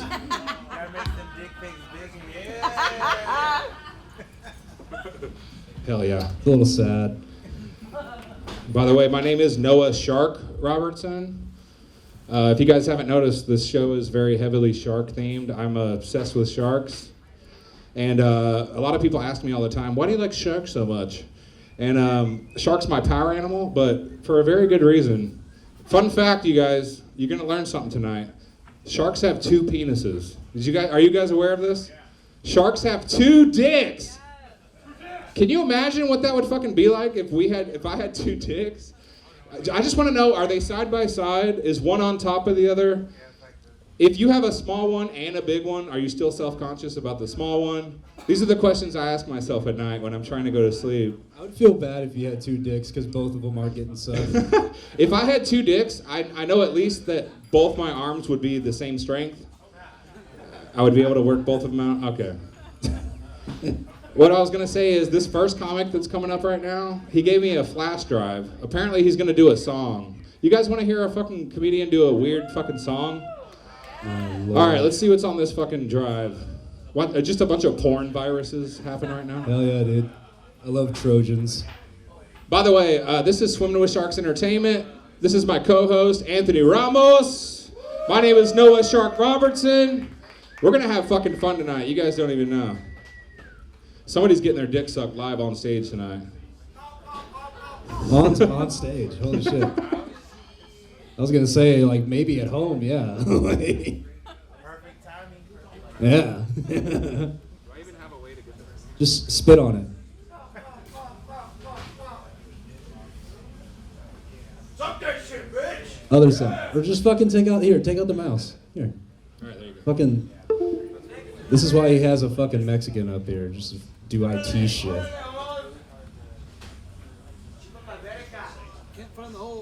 I can't find the hole, you guys. There you go. You got it. All right, let's see what we got here. That was the best ever, dude. We have a great lineup, by the way. Oh, I can't use the mouse. Dude, I'm fucking drunk already. I think All I right, see it. Here we go. Like I said, the late show is more like a kind of a late night talk show, but an unprofessional one. All right, here we go. All right, this next comedian, you want to talk a little bit about him while I pull this up? Jesus Christ. Okay, the next comedian coming up to the stage, he started out as an audience member. He's just been doing weird shit ever since. We told him at first, like, are you sure you want to do this? He's like, yeah, sounds like fun. And he's been doing it ever since. He's actually been getting really fucking funny. Please give it up for Double D, everybody!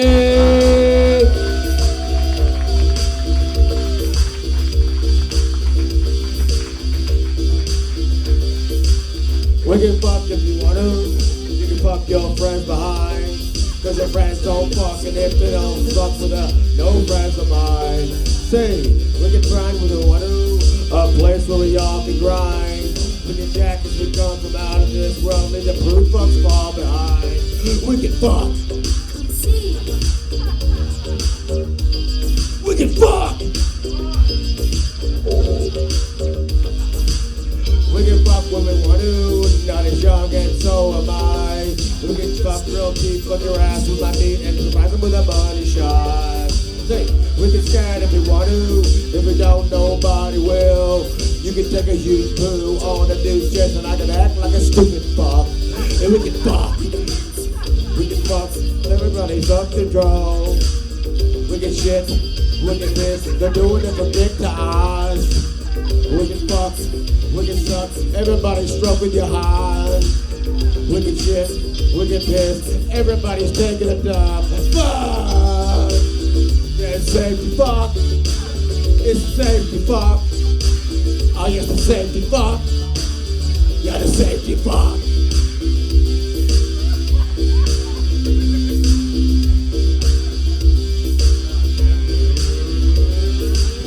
We can fuck when we want to. We can fuck your friends behind. As long as we abuse it, never gonna lose it. Everything will turn out right. I say we can fuck when we want to. Fuck your friends behind. If your friends don't fuck and if they don't suck with her, no friend of mine. We can fuck. We can fuck. We can suck. Doing it from dick to eyes. We can fuck. We can suck. Everybody stroking your hands. We can shit. We can piss. Everybody's taking a dump. It's a safety fuck. Oh yes, the safety suck. We can fucking suck. Oh yes, the safety fuck. Oh the safety suck. Oh yes, the safety shit on another's chest. Oh the safety fuck. It's a safety suck. It's a safety fuck. It's a safety suck. It's a safety fuck. Brother! What the fuck was that? All right, that's the kind of lowbrow humor you can expect from the Late Show, everybody. Y'all give it up for Double D one more time. Holy shit, dude.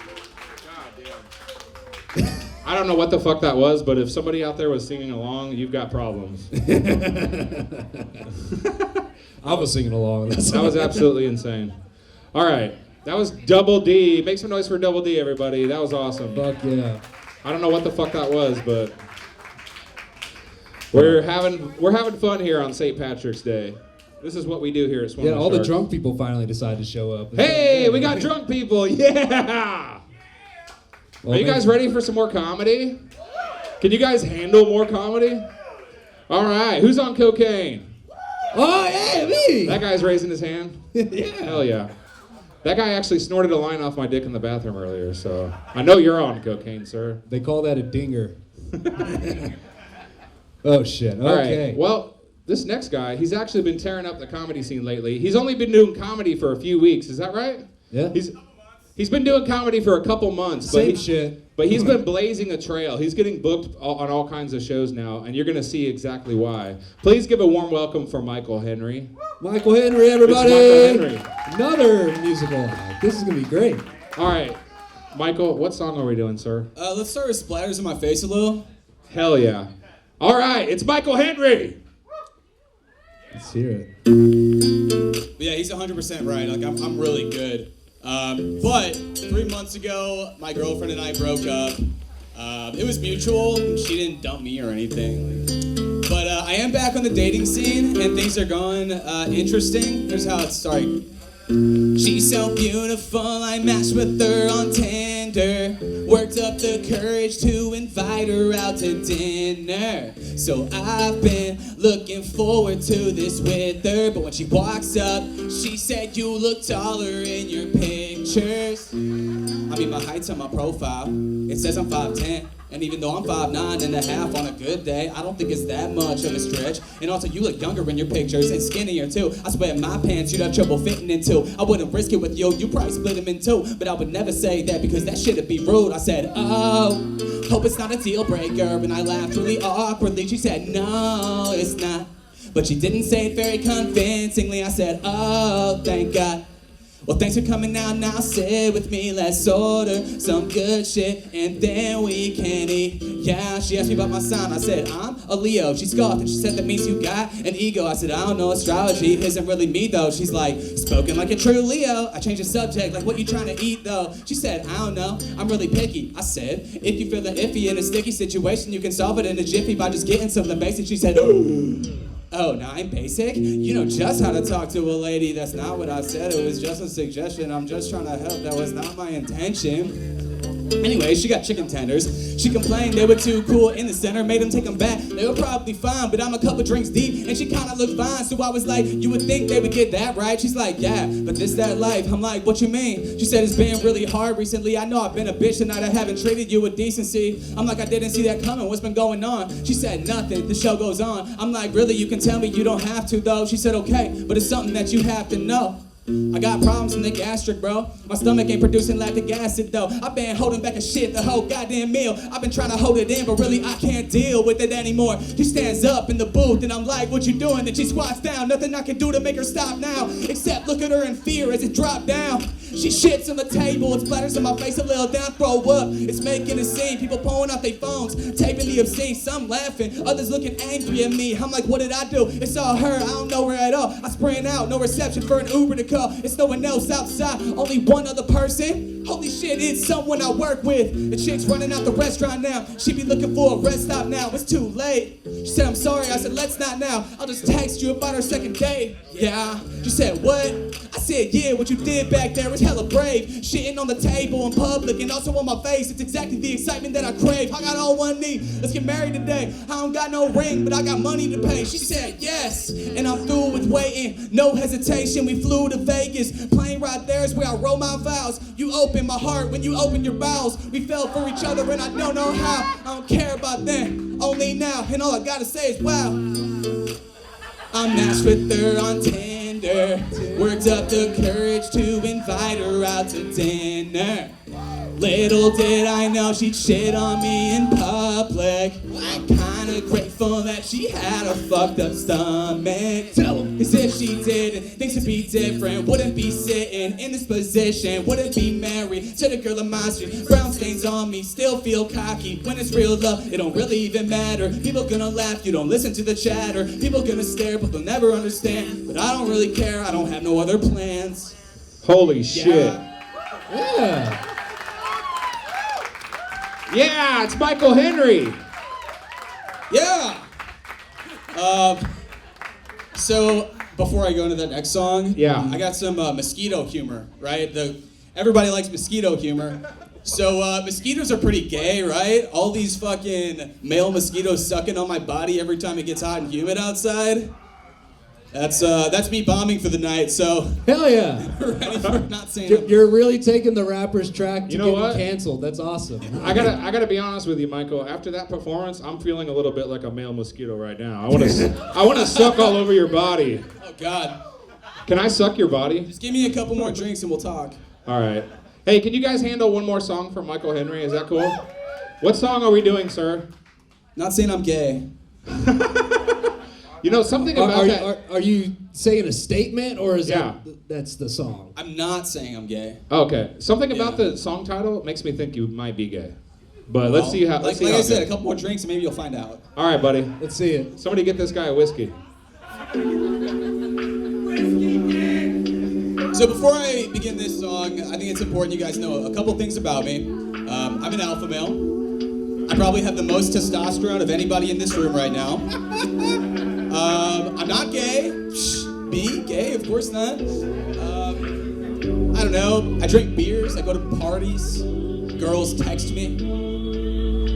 Let's see. I'm a heterosexual male. Let me just point that out. I'm not saying I'm gay. Like, I'm not saying I'm gay. But like, I'm not saying I'm gay, but if Justin Bieber dropped his hat and didn't notice it, I wouldn't give it back. I put it on, then I'd probably never wash my hair. I never take it off, it's something I would always wear. I'm not saying I'm gay, but I remember my friends' birthdays. The future is female is what my shirt say.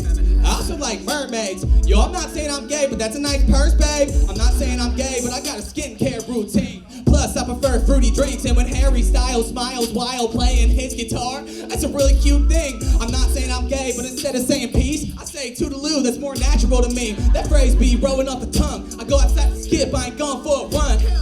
I'm not saying I'm gay, but even if I was, with that there wouldn't be nothing wrong.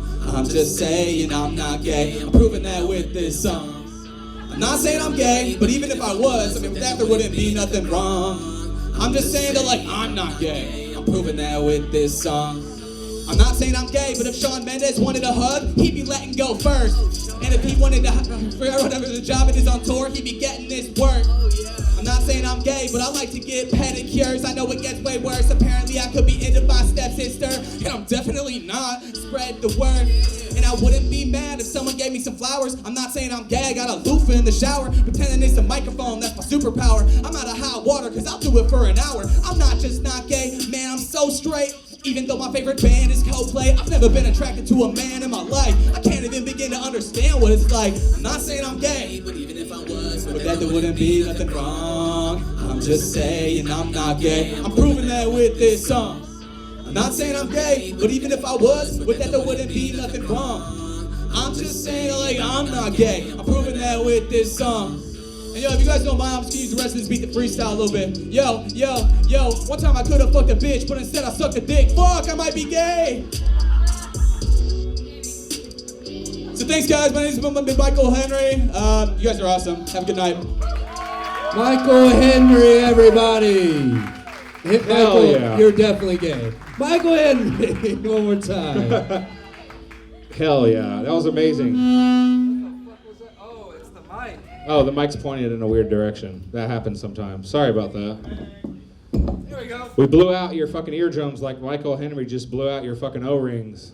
There we go. I don't even know what that means. What's an O-ring? Is that your asshole? No, that's so you don't get a bitch pregnant. All right. Well, we got some more comedians coming up. Yeah, we're going to bring up a very special guest. But first, can I show a video real quick? Is that cool? I want to show you guys footage of me literally on my way to this comedy show. You don't know what us comedians go through to get to these shows and make this shit happen, okay? So I have literal footage of me on my way to the show tonight. Are you guys ready for this? Cheers. TV's off. This is a professional show, everybody.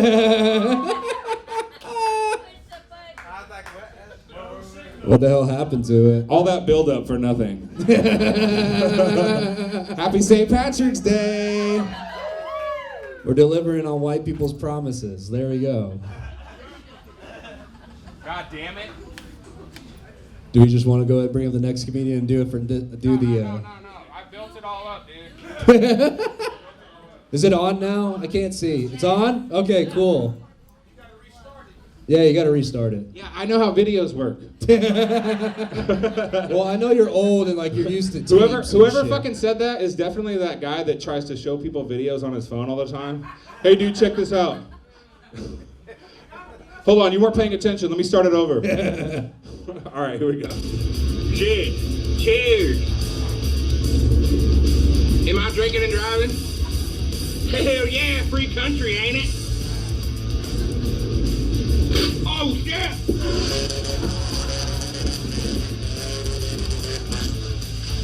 Brought to you by Rockdale. That's smooth. They cause cancer, diarrhea, anal bleeding, or death. That really happened. I don't know how I made it here, but it's in the name of comedy. That's so fucking stupid. That is stupid, I know. That's the whole point. So all right, stupid. I'm getting drunk tonight, boys and girls. Okay. All right, so our next comedian just started. Yeah. He's been doing comedy for like 2 weeks. All right? He came to my open mic, and I saw a fucking star in my eyes. So I booked him on the show. This is his very first booked show where he might be getting paid. I'm a little disappointed though. Motherfucker said he's bringing a pig and he didn't bring a fucking pig.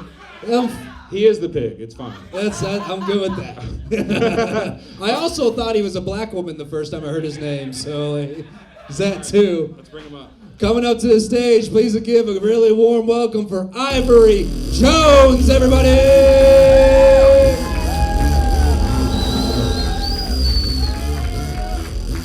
How y'all doing tonight?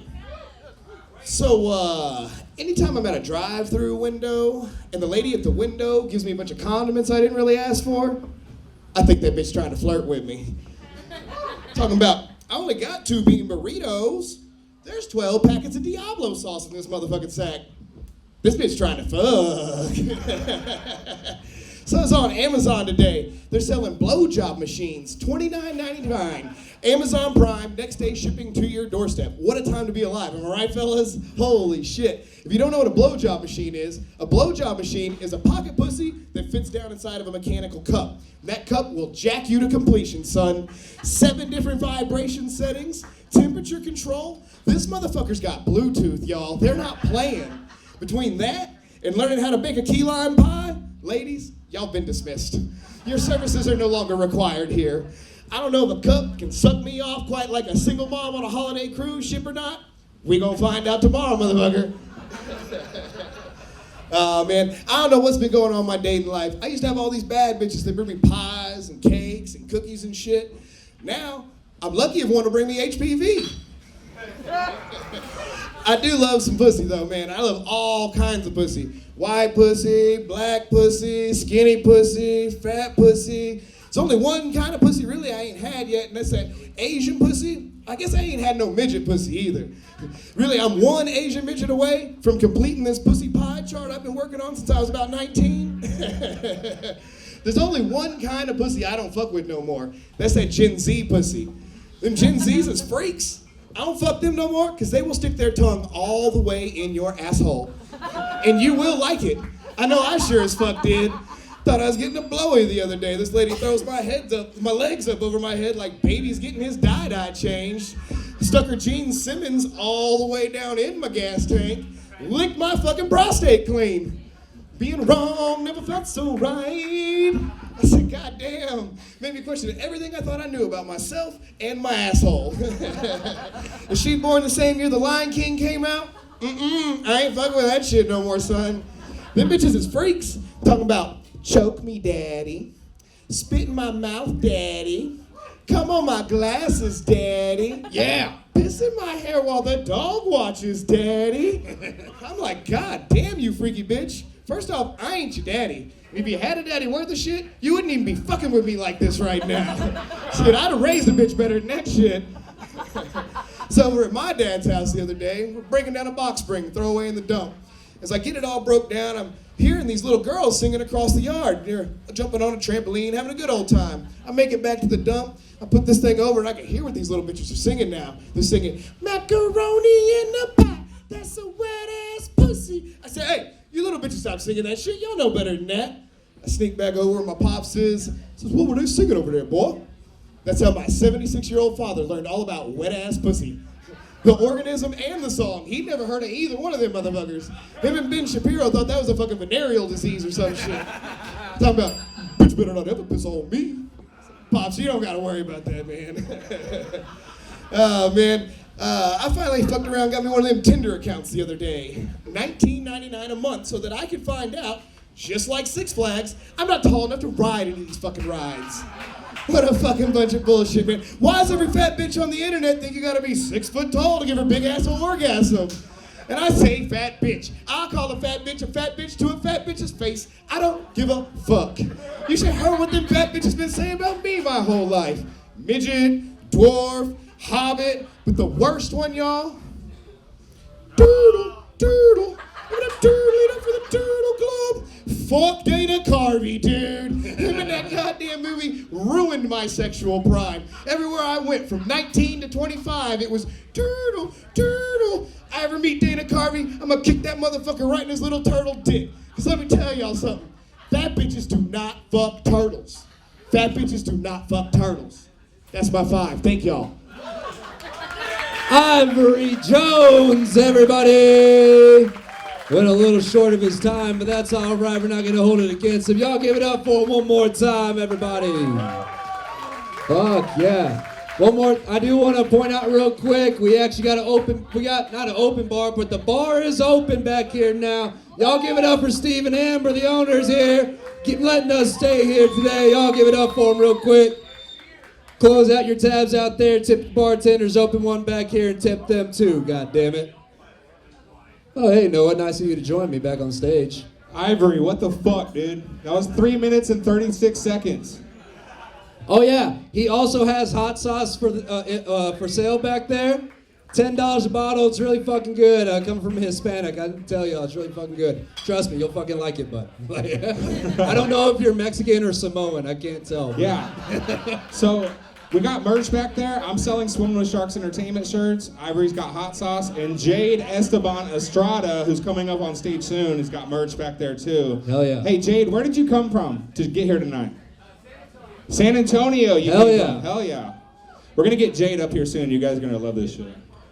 Who's the next comedian? Okay, coming up to the stage. You can catch him all over DFW. This is it. Is this your first book show? Yep. First book show ever. This is his first book show. You can catch his podcast on Spotify, Tony's Open Mic Podcast. Please give it up for Tony Cruz, everybody!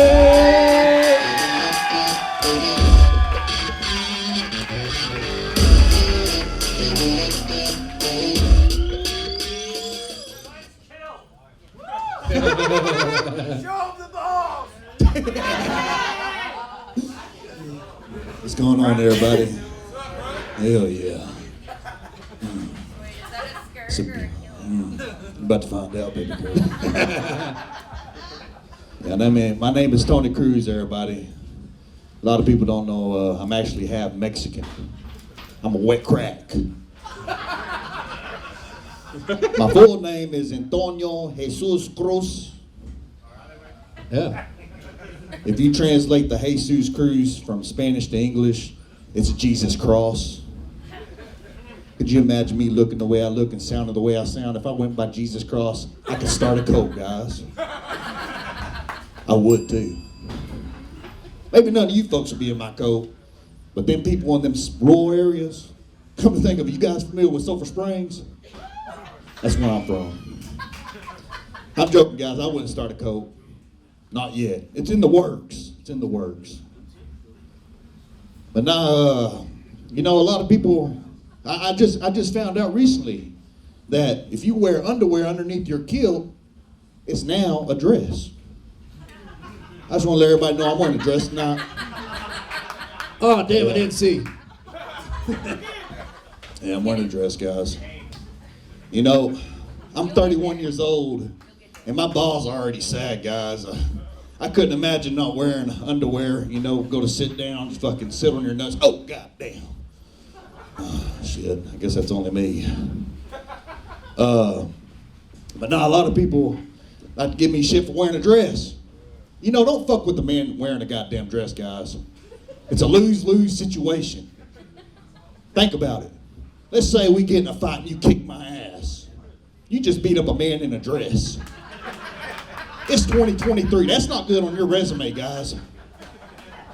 I'm just saying, I'm a fucking minority standing here. You understand what I'm saying? And I'm gonna use that shit against you too. I'm gonna file charges on your ass. Taking your ass to the legal system. Fuck you. But let's say we flip it. Let's say I kick your ass. You just got your ass kicked by a man in a dress. Ah, damn it, boy. If your friends are anything like mine, you ain't gonna fucking never hear the end of that shit. I'm just saying. I'm just saying, though, guys, look. I'm a lover, not a fighter. For real, I am. And plus, we live in the good old state of Texas. If you fuck with me, I'm just gonna shoot your ass. With my dick. I'm gonna knock your ass out and have my way with you.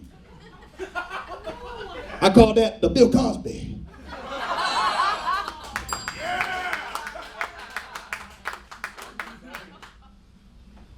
Yeah, a lot of people don't know I used to be a preacher.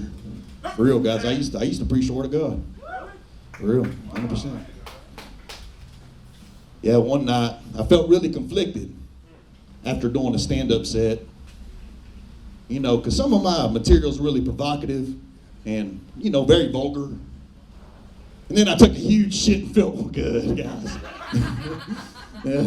I guess it was that double steak grilled cheese burrito, chicken quesadilla, and Baja Blast from Taco Bell that made me feel like shit, guys. Yeah. Bubble guts, fucking bubble guts, man. That shit sucks. Anybody ever had bubble guts in here? Or am I the one? Okay, hell yeah. That's what I'm talking about. We're in America, goddammit. You can get a fucking cheeseburger at 3 a.m. You bet your goddamn ass you had bubble guts. Jesus Christ. But nah, true story, guys. One time, I went to the ER because I was having chest pains. I thought I was about to have a heart attack, guys. You know what I'm saying? So I go to the ER, doctor's like, oh, we've seen this many times. It's just gas. I'm like, well, goddamn, why's my fucking bill so high? $1,200 for you to tell me I'm a fat ass? Moral of the story, Taco Bell's the devil. A $20 Taco Bell meal can turn into a $1,200 gas bill. I got the light, guys, so I got one more joke. There's some beautiful people in here, you know that? Oh, Lord. Anybody like Pokemon in here? Hell yeah. I got a joke for you guys. I was eating some pussy there night. The pussy squirted in my face, reminded me of that Pokemon character Squirtle. You know, Squirtle just squirting all over the place. I told her, if you keep on, you're gonna make me charge hard and I'm gonna blast towards your Pikachu. That's when I pulled out the old Bulbasaur. I put them ankles behind her head and I start doing the slow poke. Slow poke. Slow poke. Slow poke. After it was all said and done, she made me a sandwich and I went Snorlax. It ain't over yet, baby. Because I'm going to tell you right now, I was out Brock hard.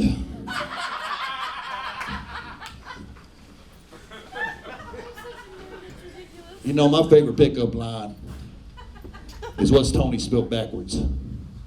Why not? I'm Tony Cruz, guys. Tony Cruz, everybody! Dude, my favorite part of your set was the look on your wife's face the entire time. She was just, especially that Pokemon joke, she was like, I'm so tired of this shit. Hell yeah. My favorite part about his set is realizing who all the fucking Pokemon nerds are in the crowd. You fucking nerds. Jesus Christ. Oh, God. I'm going to Squirtle on Tony's Jigglypuffs later. That's what I'm going to do. All right. So we were going to save this comic for the very end, but I want to go ahead and bring this comedian up right now. Do you guys like special treats? All right. You're in for one right now. Very funny comedian. Oh, I forgot my notes. Here, give me my notes. Jesus fucking Christ. I'm already drunk, you guys. It's St. Patrick's Day. Come on. All right, this next comedian you may have seen on Bravo, Comedy Central, or outside Sally Beauty Supply. Hell yeah. Make some noise for Jade Esteban Estrada. Hello, Reno! Yeah. Oh, I love this place. Gosh, it looks like a fabulous interrogation. I feel like you guys captured me and like I have to like entertain you in order to leave. So good to see you guys. Happy St. Patrick's Day. I'm so excited about that.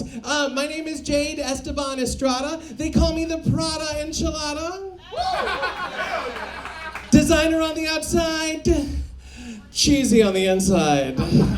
But let's be honest, I'd rather be stuffed with meat. So, as you may have noticed, I am openly Mexican.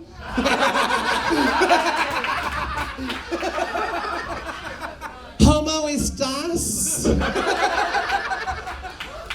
Some people actually choose to come out of the closet. I was chased out by the roaches. How do you like my lips, by the way?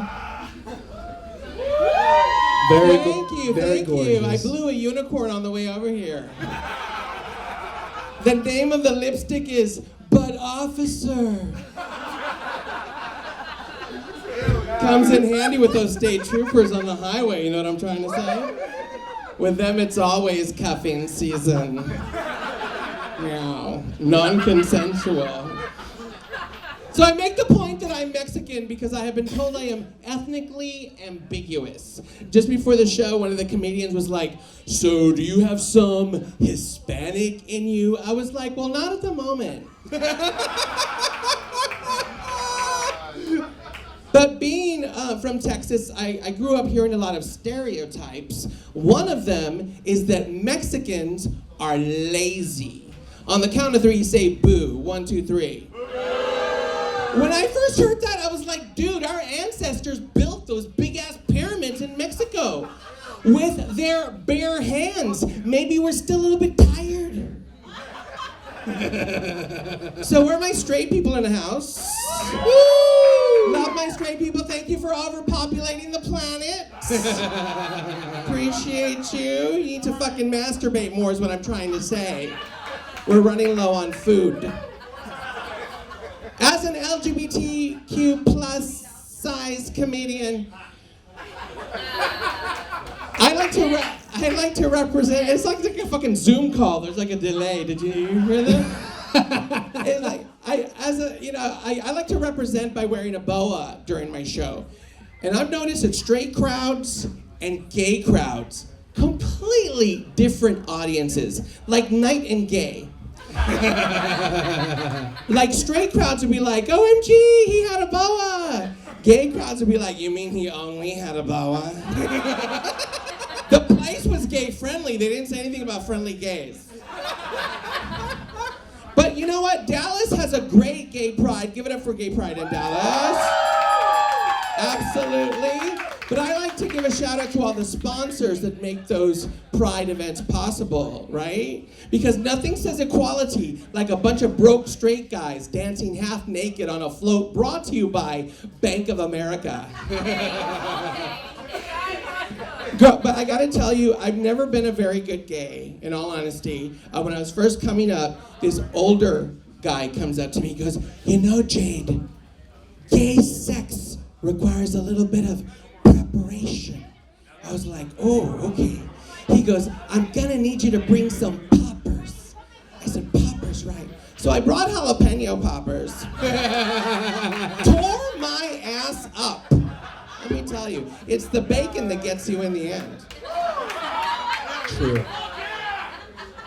Yeah, but it's all about the love, right, you guys? And love is gonna see us through. Have you guys taken that love language test online? It's illuminating, right? I learned so much about myself. My love language used to be porn, but not anymore. Because a couple of years ago, I was invited to the Porn Awards in Las Vegas. Hell yeah. Yeah, the AVN Awards is like the Oscars of porn. When they announced the nominees for Best Blowjob,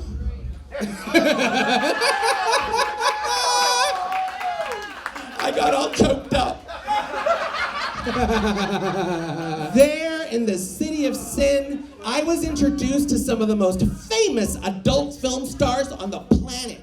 Pornhub, Naughty America, everybody came. Don't put a black light on the red carpet if you know what I'm trying to say. And of course, a straight male porn stars is my preferred genre. So at the after party, I beeline to them, right? And I know they say you should never meet your heroes, but they never had heroes with that much meat. I know that joke has protein that, it's a lot to swallow. But they were so nice, and they told me very deep and personal things about themselves. Herein lies the problem. Now, whenever I see one of my favorite porn stars upside down in a double penetration scene, I can't help but go, oh, I wonder how his mom's doing. I gained friends, but I lost everything. So, I come from a diverse family. My sister's a hardcore Christian. My brother's a right-wing conspiracy theorist. Gay Mexican comedian was the only thing that was left. I have a very strained relationship with my father. Surprise. Started when I was 11. He got me a tackle box for my birthday. But I was so scared of my dad that I didn't have the courage to tell him how much I hated the gift. But it all worked out in the end because it's been the best makeup box I've ever owned. My dad is very homophobic. Very homophobic. He's like, being gay, that's not natural. I'm like, Dad, isn't it feasible that I may have inherited my mother's insatiable hunger for cock? I got them daddy issues, girl. But you know what they say, shake what your trauma gave you.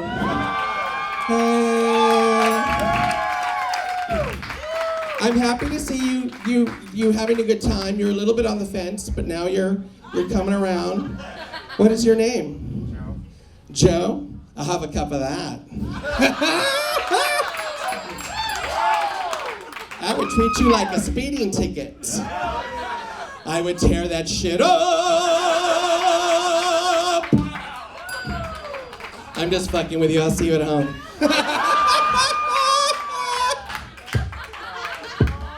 You know, I gotta get out of here, you guys. Thank you so much. I'm on. Okay. I want to say something about Zak. How many people in the room knew Zak? Anyone? Yeah. Zak is Zak was supposed to be here tonight, but he had to be somewhere else. I am on, and Noah, I don't know if you know this, but I'm on a 50-state tour all around the country. It's called, my name's Jade, so it's the Jade in America tour. This is my 40th week. I'm really excited. I'm going all over. I met Zak in my 5th week of the tour. I was at Will Call doing the open mic there. Do you remember that? I saw a couple of folks there that were there that night. And I met Zak, and we had one very impactful conversation. And if you knew Zak, Zak was the kind of person who was like, I have all these ideas, and I'm gonna do this, and he has all this energy, right? And when he passed away, Noah, it reminded me of a quote from Edgar Allan Poe. Because Edgar Allan Poe was one of those crazy artists like all of us. And there's this great quote where he says, if only I have 1,000 ideas swirling around in my head, if only I could grab just one of them and bring it to fruition, I would be a happy man. And I thought about Zak, and I thought, wow, we have all these ideas. You know, we all know of some crazy artist or comedian. And then sometimes it's time for us to go before we fulfill some of these dreams that we have. But then I thought to myself, no problem, that's Zak. He's saying that he's here. But then I thought, you know, sometimes like one of those rides at the carnival where they like put people in the swings and it goes around, someone like Zak can be throwing seeds of these ideas to all of us. So as we continue this show and the show next year and the show years in subsequent years, it's like he really is allowing all of those ideas to at least come through us and move us into the future. So ladies and gentlemen, I'm just really happy that to be here. I felt I had to be here because I only met him once, but he really impacted me. And I'm happy to be here. Thank you so much for that. Jade Esteban Estrada, everybody. Give it up for one more time. Jade. What do you guys think about Jade Esteban Estrada? Hell yeah. Hell yeah. I fucking love you. Sexually. I am not a gay man, but after 39 years, after seeing that set, I might suck a dick tonight. You? All right. All right, we're going to keep it rolling. We got a lot of great comics lined up for you tonight. As you can see on the screen, we've been showing their names. This next comic is no different. You can see him all over DFW. He's a very funny guy. Please make some noise for Hugo Gonzalez, everybody. It's Hugo, everyone.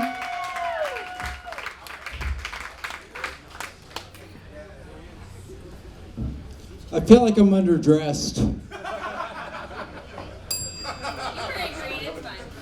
Thank you, thank you. So a little bit about myself. I identify as a grandmother from the South. My pronouns are me, ma. I grew up in a pretty big family. I got 2 sisters and 17 Eskimo brothers. Actually, I don't think you can call them Eskimos anymore. I think the preferred term is Inuits. Either way, they won't stop fucking my girlfriends.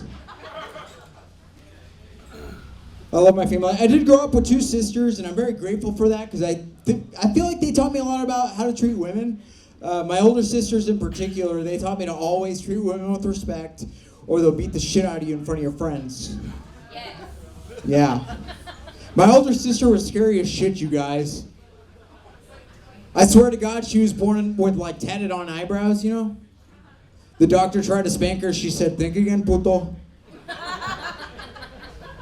I love my family. My mom and I had a strained relationship growing up, and I feel like it's because when I was born, I weighed a whopping 12 pounds.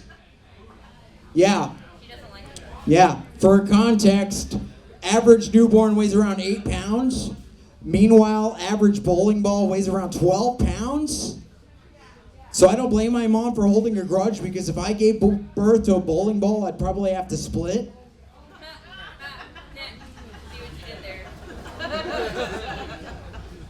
I love when that joke gets groans because in this fake scenario, I'm giving birth to a bowling ball.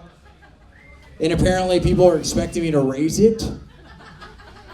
Which shouldn't surprise me, this is Texas. If you didn't want a bowling ball, you should have kept your legs closed, you slut. I'm kidding, I love bowling balls. So the other day, my friend confessed to me that his son came out as a furry. Yeah, and I had to be like, hey man, it's not your fault.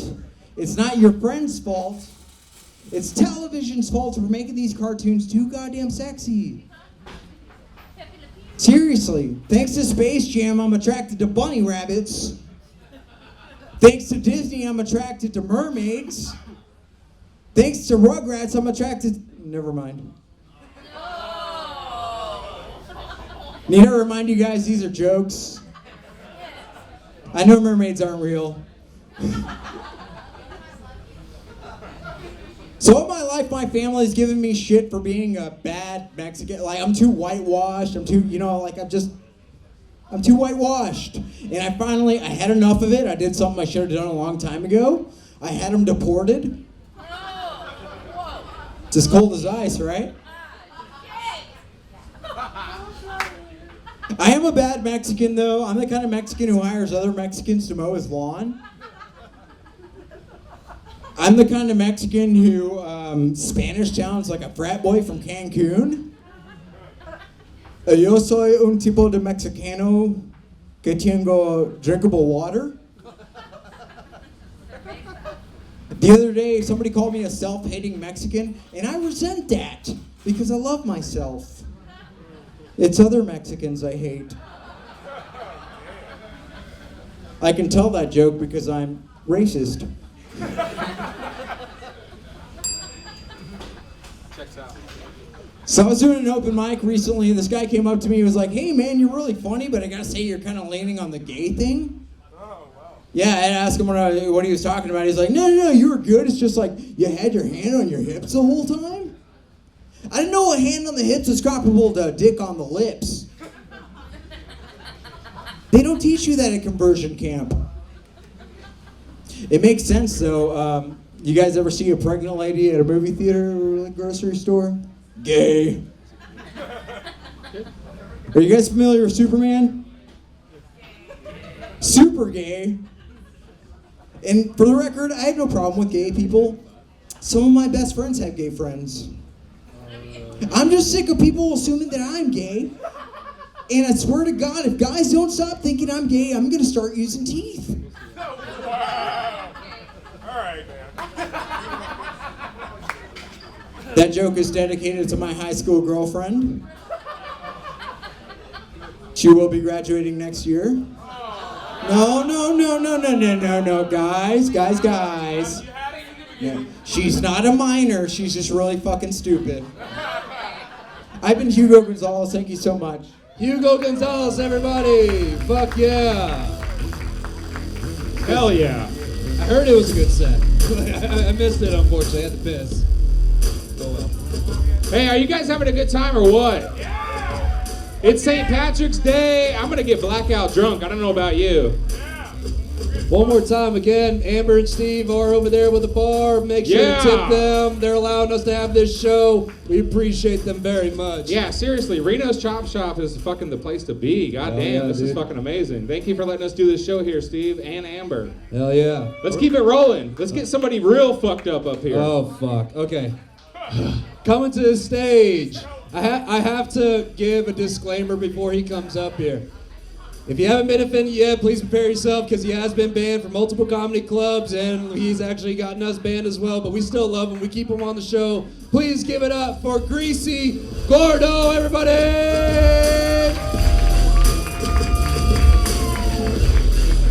Love you, boys. What's going on, Renos? How you guys doing? All right. I can't believe anyone said this yet, but to the people in the back, the comedians, dude, shut the fuck up. Y'all are ruining the show in the back. Jesus Christ. Happy St. Patrick's Day, everybody. Is that today? Or am I too high? Is that today? Yeah, it is today. Okay, yeah. Let's see. I think I got a couple Irish jokes. You guys know what a McFuck is? That's when you impregnate an Irish woman with whiskey dick. That's a McFuck. I don't have too many one-liners, but I'll give it a shot. I know a female rapper who had a reverse hysterectomy, and so she has her period every day, and her stage name is Heavy Flow. There you go. Yeah, there you go. And yeah, that's about all I got for that. I tried with the one-liners, but I'm not. I don't know. Mitch Hedberg was the best, and you know he was like addicted to heroin and crack, so maybe I should try heroin and crack if I want to get the whole one-liner thing down. My name is Greasy Gordo, and I'm called that for a couple reasons. I didn't know what Gordo meant until I was 14 years old. Do you guys know what Gordo means? It means fat fuck. That's what it means. Yeah, my mom was one of those chicks that only spoke Spanish around me when she didn't want me to know she was talking shit about my dad. So I'd never fucking learned Spanish. And the greasy part came whenever I started actually getting laid post-college. I had a huge thing for fat white women and bacon. Right? So I had this white chick come over with an exceptionally dry butthole. And I didn't have any lube. Like I wasn't successful in college. Right? I didn't have any money. So what I did have is I had a leftover plate of bacon and I scooped up some of that grease. And that was natural lube. And I went to town, man. And the thing about if you don't know, like if you're involved with like, you know, fat people, you know that two fat people fucking in a room, it gets pretty hot pretty quickly. You gotta open the windows, you gotta change the thermostat, like she's fucking up your whole fucking night. So she thinks that when I get up and make breakfast for myself that she's included. Like, no, if you guys don't know, like fucking a fat person, it's a lot of work. You know that standing bench press thing? That's kind of like what it's like fucking a fat chick, putting her legs up in the air like that. It's a workout already. So I'm not gonna make that bitch breakfast. That's my shit. Let's see what else do I got. This is a great tribute to Zach. Yeah. Oh yeah, I'm sorry, I'm high. Like I forgot about that guy, but he's awesome. Yeah, give it up for Zak Sprung. Hell yeah. He's an awesome guy. I didn't know him too well, but if you did know him, like he brought up one thing like almost every fucking time he was on stage. You remember what that thing was? Mm-hmm. It was big black cock. And I'm starting to think that, I don't know, maybe he was a cook. I don't know. And now he's like in cook heaven, eating cum out of all the dead female comedians. So, R.I.P. Zak Sprung. I love that guy. What about drugs? You guys like drugs? Give it up for drugs. Yeah. A lot of green in the fucking crowd. I went to go pick up some weed the other night, and my weed dealer lowered the price of my weed. Can you fucking believe that shit? You would think that I was like grateful. But all I could think about was if my fucking drug dealer can lower the price of my weed, those goddamn chickens can lower the price of those eggs. Yeah, I went to that same dealer during the ice apocalypse that was recent. You guys remember that shit?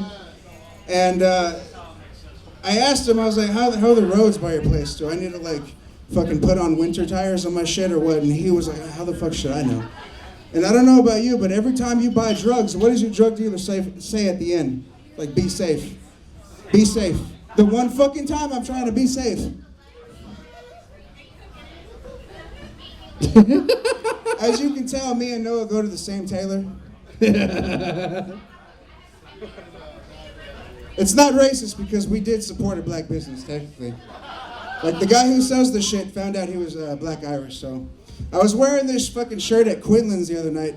Quinlan's is a predominantly black crowded bar out in fucking Carrollton, and me and Tolu were wearing this same shirt, and he was the only one not getting shit. Everyone fucking hated me. I have no idea why. No idea. But if there was ever a time where you could find a black leprechaun, it's over there at Quinlan's. That's for damn sure. I remembered a couple one-liners. What do you got? Yeah, I come up with a couple new ones. Okay. Yeah, my girlfriend, she's diabetic, and she pays for all of the shit in our relationship, so I call her my zero sugar mama. There you go, yeah. And I like to identify as a bread warmer because I like to put her rolls in my mouth. And yeah, this isn't a one-liner, but it's pretty sad news. Did you guys hear about the school shooting that happened this morning? Yeah, it's pretty sad, man. Like, I have a couple of friends who live in that town, and they said that it was off the Sandy Hook. Must have been a beach town or something like that. You guys have a good night. I'm Greasy Gordo. Greasy Gordo, everybody give it up for him one more time. I don't know what the fuck just happened. I did give a warning. I gave a warning. Jesus Christ. Who's up next? Oh, boy. You want to introduce this one? Who do we got? Yeah. All right, you guys are in for a fucking treat. We're going to keep it rolling so we can get to the good shit. It's John Moore, everybody. Make some noise for John Moore! John Moore, get up here. What's up, buddy? How you been? This guy just said, how you been? Like, I don't think we've ever met. That's but okay. I'm good, dude. Yeah, How there are you go. you? What's up? This is fun, huh? It's fucking St. Patrick's Day. Who's doing car bombs? Anybody do any car bombs yet? Nice. Hell yeah. I can't hear you. You're doing the thing, but I still can't hear you. This is good. I like what you got going on here. It's like Kill Stoney over here. It's like, That's good. That's good. Fucking Don Leprechaun and Go for it. I don't know. I got nothing. Oh, yeah, happy St. Patrick's Day, Renos. What's going on? Yeah, let's get drunk. I'm going to get drunk because I live really close. That's actually the only reason I'm here tonight. I live so close, but it worries me because have you guys ever heard that most traffic accidents occur within a mile of the home? Yeah, you heard this before? Yeah, bullshit statistic, as it turns out, because most driving occurs within a mile of the home. Right? It's like saying that most jerking off occurs within arm's reach of a dick. Like, that seems obvious. And so give it up for our friend Zak Sprung here. This is a benefit, ostensibly. He looks like if Grover had fucked Miss Piggy. He would, if he were here tonight, he would absolutely hate this. I know that for sure. He would fucking hate everything about this. So we like drugs. Who's experimented with hallucinogens, huh? Right, show of hands, there you go. In my experience, most people, if they're gonna experiment with hallucinogens, they'd usually rather try mushrooms than acid, right? I think the reason is because mushrooms are called shrooms, and acid is called acid. Who the fuck wants to do acid? Hey, you guys do what I like to do on a Friday night after like a long work. Okay, I don't have a job, but I have a long week of not working. I like to go down to the old battery store, and then I just find a really old, disgusting battery, and I lick all the acid off of it. That's what I like to do with my weekends. Fuck you. And then after that, sometimes I'll find a practitioner of Sharia law, and I'll like pretend to be his wife driving without permission, you know what I mean? And he'll believe it because he's never seen her face. And then he'll throw some acid on me, and I'll just like, I'll lick up all the acid. I think that's why people do shrooms. They just don't want to lick them. That's really the... If you don't want to lick your drugs, do mushrooms. That's the takeaway. So I was in the Army for a while. That's my credit. That's my street cred. I was in the Army. I was, thank you very much. I appreciate that. When I was overseas, I served with a Frenchman who stepped on an IED and lost all 4 of his limbs. Yeah, I call him Napoleon blown apart. Thank you. We're checking out. It's okay. I know that might seem offensive. He loves that joke. The only thing he doesn't like about that joke is being called French. He's American. He's like, don't fucking do that anymore. That's awful. He gave a lot for this country, guys. He's a motivational speaker now. He travels the country speaking to large crowds. Probably has more stage time than all of us comics put together. But at least we're all put together. Look at this guy. Hell yeah. I don't know, he's a St. Patrick's Day veteran. He was in the car bombing of 1972. Please welcome the IRA agent. Here he is. Guys, don't make bombs. Okay, that's the lesson here. Yeah, so I've been pretty broke lately. I'm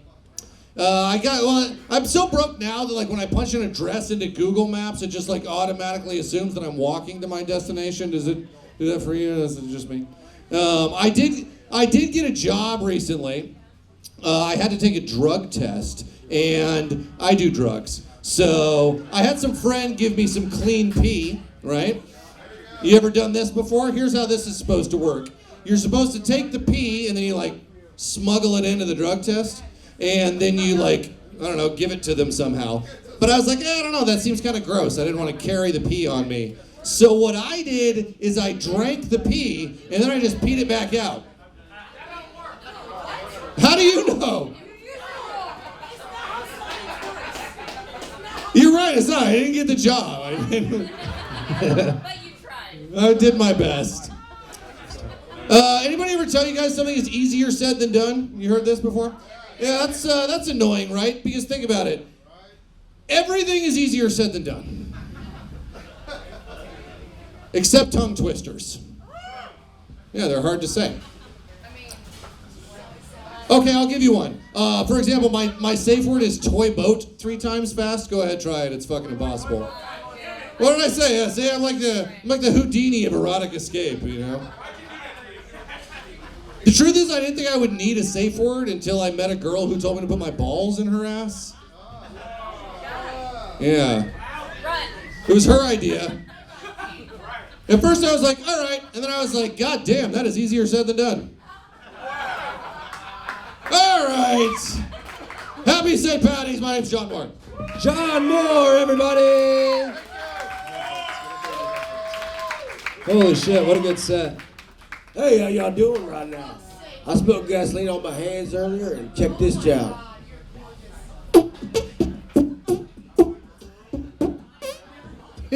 Gas farts. Ooh. Well, yeah, fucking, I don't know. I don't know what the fuck that was. I'm sorry. I'm gonna apologize on behalf of everybody here. We got a couple comedians left. Can you guys handle some more comedy? Is that okay? Hell Who's yeah. fucking blackout drunk? Anybody? I'm surveying the crowd. That guy could barely raise his hand. Jesus Christ. You're on cocaine, clearly. Not yet. You're way too excited for what's happening right now. I was trying to play along, Let's go, let me know. By the way, this costume I'm wearing is not racist. I had a 23andMe done, and I'm Irish, bitches. Are you guys partying or what? Are we getting fucking lit? We do have a couple more comedians, right? Hell yeah, we do. All right. All right, we're gonna get this rolling though. I'm gonna bring up this next guy, if you're ready, Noah. Yeah, let's do it. Okay. Coming to the stage, a good friend of the show, good friend of mine, good friend of yours, really funny comedian. You can find him all over DFW. Please give it up for Bill King, everybody!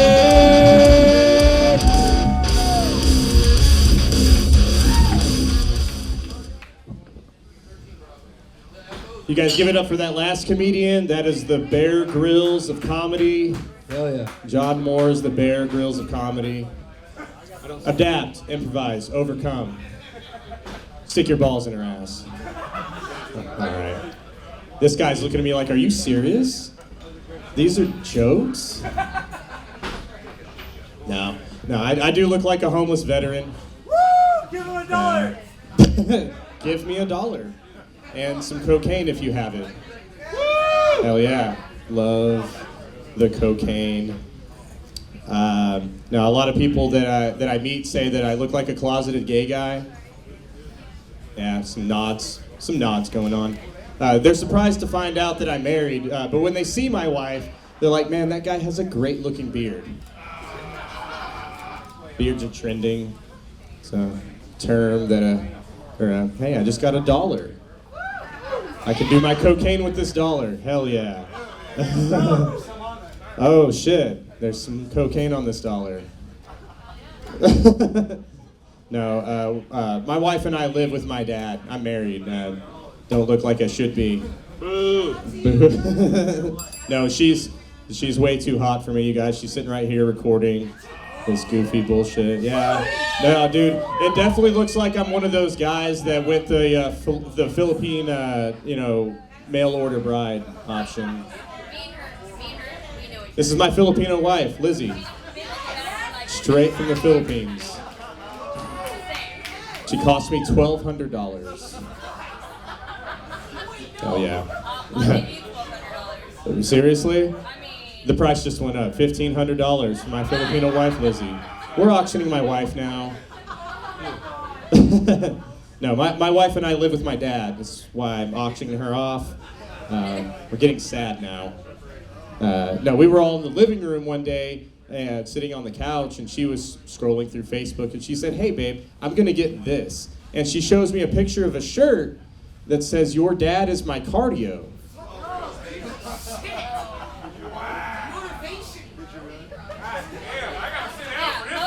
What did you mean by that? Like, fix it.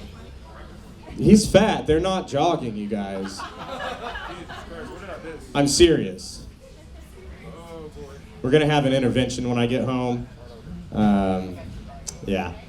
She showed me another picture of a shirt, though, that said, you can't fix stupid, but you can divorce it. Right. So she's saying, my dad's getting remarried, and I can't live there anymore, you guys. You'll be waiting? That's what I'm talking about. It seems like I got a room for rent, you guys. My budget's $600. $725, that's, hey, you look like you make good dinner, so hell yeah. That's what I'm fucking talking about, fried chicken. Yes, I love fried chicken. No, oh my God, I'm drawing a blank. You doing all right with the, hell yeah, Marcus in the house with the sunglasses. Are you on hallucinogens right now? I was, but... Okay. You just came down from hallucinogens? The last comic pronounced hallucinogens pretty weird, right? Yes, he did. Hallucinogens? I was like, are we snorting like bulbs, like light bulbs, or... Yeah. All right, I'm just reaching right now, you guys. No, my dad's a Fox News dad. It's another way of saying my dad's racist, you guys. Yeah, racist. The R, they claim the R. No, does anybody else's dad watch black movies and talk shit to the TV? Yeah. Right? No, dude, when Get Out was released, he watched that one, right? And he was like, yeah, that's right, get out. If you don't like how America's run, you can get out. What the fuck? Right. I was like, what the fuck, Dad? Watch the movie. It's not even what it's about. And then that movie Nope came out, and he saw that one, and he was like, yeah, that's right. Nope. Can we have reparations? Nope. Yeah, I'm surprised he hasn't gotten his ass kicked yet, guys. The only one he seemed to really enjoy was Amistad. Yeah, his little groaner there. No, he was watching that one in the other room, and I just heard him laughing, and he was like, but we didn't do that to them that often. My dad is super racist. He's super racist, you guys. Awesome. Not at all. Not at all. He wants to kick me out because I married a Filipino, and I told him where she came from, and he's like, that's right. Mail order, $1,200, you guys. Hey, for me, if you buy it from me, $1,500. I gotta make some money off this. We'll split. Hey, this is a fun table over here, y'all. I think I'd rather live with you guys. Let's live with them. Hey. No, we were dropping my son off to the babysitter, and something kind of embarrassing happened. My babysitter is a black woman. She's very nice. No problems with her. But I go to hand my son over to her, and he just starts crying uncontrollably. I'm like, we didn't teach him that at the house. That was probably my dad that taught him that. No, I love drugs, you guys. I love drugs. That's what I'm talking about. I also work for drugs. That's right. Every dollar I make goes to drugs. You saw it. There you go. In the pocket. Against the advice of every adult I knew as a kid, not only did I say yes to drugs, I said, hey, drugs, are you hiring? And drugs said, absolutely. Getting money left and right, you guys. And then I was like, hey, drugs, do I have to pass a drug test? And then drugs and I shared a chuckle. Now, my favorite drug of all is weed, but we're in Texas, so we have to settle for Delta 8 THC, right? The Bud Light of cannabis. And weed is already like the light beer of drugs, right? So what is Delta 8, like the White Claw of drugs? Yeah, okay. Thanks for listening to my weird set. We're going to bring out the host, Noah Sharp Robertson. Yeah. Thank you so much. Hey, make some noise for Bill King. Bill King! I got a White Claw in All my right, pants. raise your hand if you're drunk. Raise your hand if you're high. It's only gonna get worse from here, folks. It's St. Patrick's Day, you fucking assholes. Let's fucking get drunk. All right, I wasn't gonna do this, but I'm gonna bring another comic up here that he wasn't supposed to come on stage again, but I want to get it lit in here. Are you guys ready to fucking get it lit in here? Make some noise for Michael Henry once again. Yeah, motherfucking fuck it up! We're gonna party tonight. We're gonna fucking party tonight, bitches. I fucking love being the center of attention. Let's do it again. What song are we doing, Michael Henry? I want a 10. I want a 10 too. So How about I've 10 been having inches? trouble dating. I know it's surprising, but it's because my standards are a little too high, and I'm not ready to lower them. And that's what this song is about. I want a 10, even though I'm just a 7. I'ma never settle. I ain't giving no concessions, man. I want a 10, even though I'm kinda ugly, even though I'm hella lazy. I still think that she should want me. I want a 10, even though I got eczema. 1 to 10, even though I'm kinda weird. I am not regular. 10, even though your boy uncoordinated. Hot girls and athletes, I don't see the correlation. I don't care if I got nothing going for me. If she ain't a 10, I don't even want the shorty. I don't like the idea of me working for it. You gon' let me despite all that, take my word for it. I don't make a lot of money, I don't work out. Plus I'm not that funny, this a word out. I don't get why I'm not on her couch. I offer nothing but girl, you should twerk now. I think it's fair, some say it's delusional. I do not care, she better be beautiful. I think she hot, I'm confused, it ain't mutual. I don't know, that just strikes me as unusual. I don't pay for dinner, I don't want a girl, got a weird thing for winners. I don't want a girl say she hates beginners. Lost my virginity last month. If she got me, that's a celebration, even though I only got a high school education. Not a bad boy, just a bad reputation. Let me lay out my whole list of expectations. Hella good hair in the prettiest face. Thick hips, the skinniest waist. Teeth so white, they look literally fake. Baby got back, bigger than a lake, yeah. Gotta be 5'2", maybe 5'3". Cook and clean, gotta be white feet. Gotta like all my friends, treat them nicely. Buy me gifts and I want you to surprise me. Is that too much to ask? Cause I really don't wanna have to get off my ass. Is that why they don't call me back? Hell no, let me give you my thoughts on that. I want a 10. Even though I'm just a 7, I'ma never settle. I ain't giving no concessions, man. Even though I'm kinda ugly, even though I'm hella lazy, I still think that she should want me. 10. Even though I got eczema, 1 to 10. Even though I'm kinda weird, I am not regular. 10. Even though my head is big, I don't wanna work on myself. I don't like the idea of putting effort in. I just want that 10. Michael fucking Henry, bitches. Thanks, guys. That's fucking amazing. God, I love you. All right.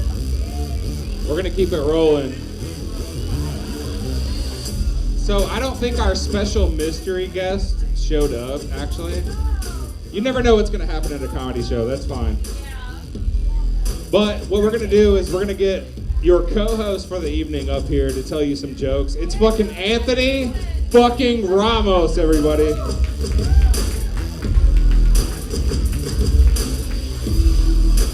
Hell yeah.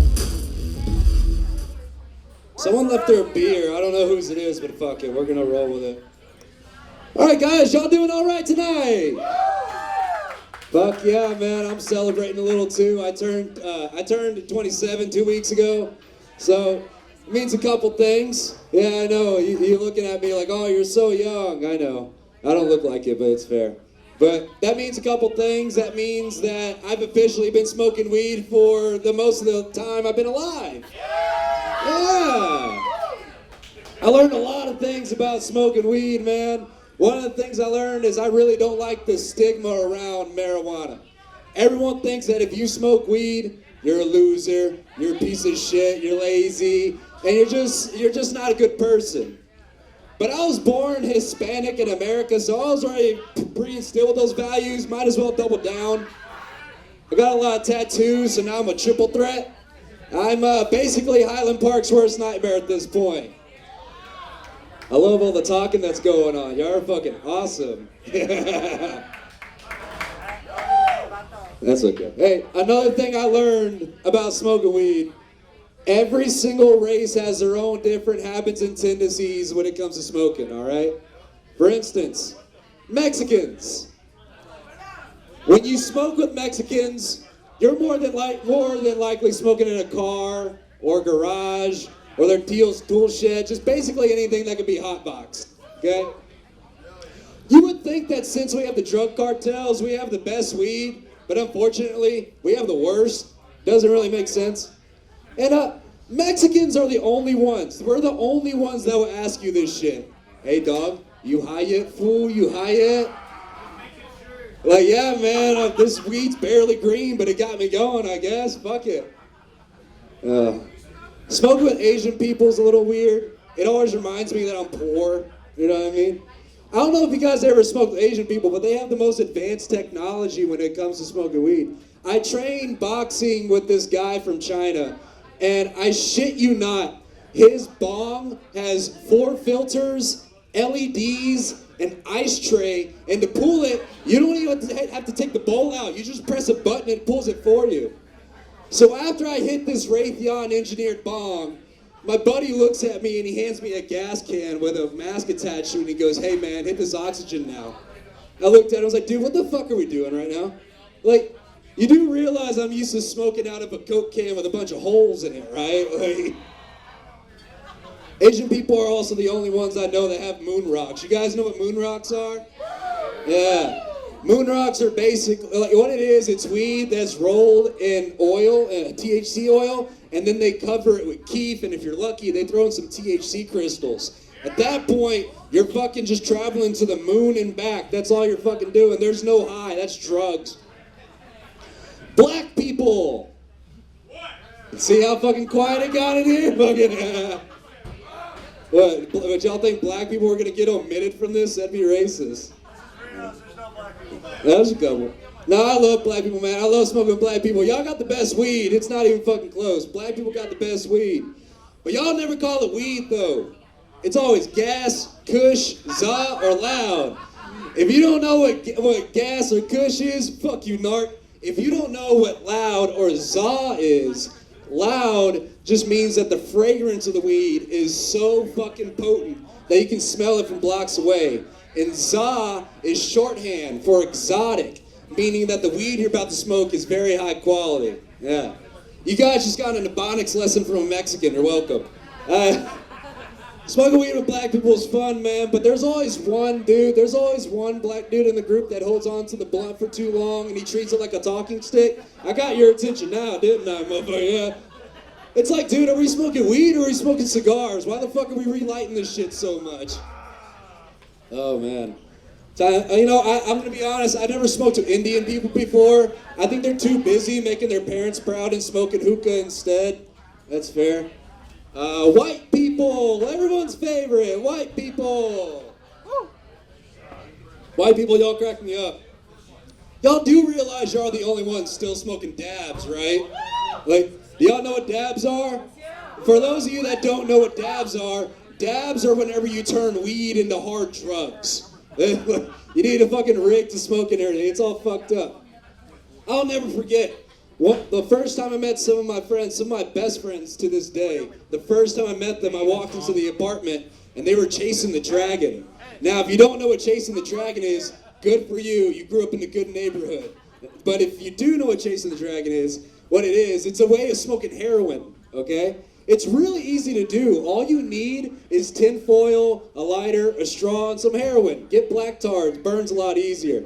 But what you do is you put the heroin on top of the tin foil, you light under it with the lighter, and then you chase it with the straw. That's why they call it chasing the dragon. All of you now know how to smoke heroin. You're welcome. But yeah, I saw them chasing the dragon, and I thought to myself, oh my God, I'm never hanging out with these people again. And then they came up to me. I didn't even say anything, but they came up to me and they said, Anthony, we're not doing heroin. We're doing dabs. And I thought to myself, oh my God, I'm never hanging out with these people again. That's basically fucking heroin. You guys are all fucked up. You'll smoke anything but weed. And you guys also know all the names of your strains, which is really cool. I don't really give a fuck about the name of the strains. As long as you get me high, I'm happy. And one more thing, white people. I'll leave you guys with this. One more thing. How come every single time I buy weed or any drugs from you guys always gotta act hard? You know what I mean? We've all bought weed from a white guy that's done this shit. Hey man, I got this shit from my boy in Cali, you know what I'm saying? This that sheesh, this that woo, this that shit gonna put you on your ass, G, you know what I'm saying? This that sa-sa, boy. And I'm like, all right, cool, thanks, Tanner, I appreciate it, buddy. But hey, that's my time, and I'm Zayla Ramos. That's my bullshit, guys. Hell yeah, it's Anthony Ramos, everybody. You guys having a good time? Who's fucking wasted? Oh, hell yeah. Don't worry, we've only got a couple comedians left. It's fine. Fuck yeah. Sheesh. I think, dude, that sheesh shit is one of the most hilarious things that come out of fucking the hip hop culture lately. Because finally, I feel like the black dudes are ripping off the white dudes for once. Sheesh. You know what I'm saying? Can you imagine if they took that further and they're like, you know, that concert we went to earlier was a real hoot. Sheesh. All right. Hey, we got one more comedian for you guys. It's Chris Hopkins. He's a fucking local legend. But I want to let you guys in on something. There's a local comedian here named Tom Murphy, who's one of the funniest motherfuckers I've ever seen in my goddamn life. He literally went missing lately. Like, nobody knows what's going on with him, and he just fucking showed up. So Tom Murphy is fucking gracing with our presence. If you guys stick around, I swear to God, you will not be disappointed. We got Chris Hopkins, Tom Murphy, and then we're gonna do drunk karaoke. Hell yeah. You guys want to do some drunk karaoke? Yeah, it's St. Patrick's Day, of course. But first you gotta get drunk, motherfuckers. Who's drinking? Who's with me? Who's got a drink right now? All right, let's pound this shit. Happy St. Patrick's Day, bitches. Let's go. Are we gonna get this one going, rolling, Noah? Are we gonna keep our comics coming up? Dude, I told somebody to buy me a goddamn Strongbow, and they gave me a Guinness. Dude, you could suck my ass. Guinness is horrible. Somebody throw this in the trash. Does anybody want this? Here you go. All right, this next comedian, Well, we're gonna bring Chris Hopkins up first, then Tom Murphy. This next comedian is a very funny guy. You can see him all over DFW. It's fucking Chris Hopkins, motherfucker. Chris Hopkins, everybody! Fuck yeah! Hey, give it up for Noah, man, and Reno's for having us out. Hey, everybody having a fun-ass fucking St. Patrick's Day? Hey, my boy Tom Murphy is in the building. I'm happy as fuck about that, man. Fuck that shit. Hey, give it up for Tom Murphy. Yeah! If you know, you know. Hey, give us a round of applause. One more round for Tom Murphy. Hey, we had Michael Henry up here spitting. We had a white boy just win the dunk contest. What the fuck? Howdy doody motherfuckers is taking over in this bitch, ain't they? I've been in Dallas for about like 3 years. But I thought I was in Dallas. I found out I was in Addison when I went to what y'all call Oak Cliff to get some weed. I had to go to Oak Cliff. Yeah. Hey, yeah, this shit turned from Troy Aikman to Michael Irvin quick, fast, in a motherfucking hurry in this bitch. Hey, I thought Google Maps was trying to set me up when I came off the motherfucking exit. I was like, nah, this shit don't even look good right here. It looked like the opening from that old TV show Tales from the Crypt. I saw Jason Voorhees in the parking lot getting robbed, Freddy Krueger asking for change. Oak Cliff was scary to the motherfucker.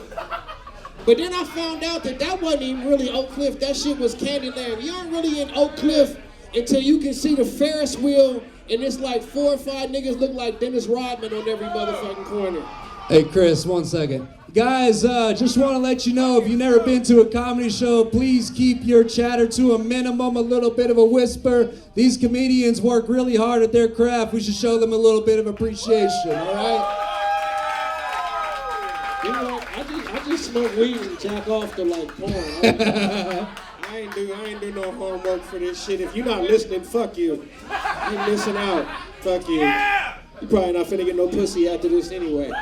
So anywho, I was talking about going to Oak Cliff, man.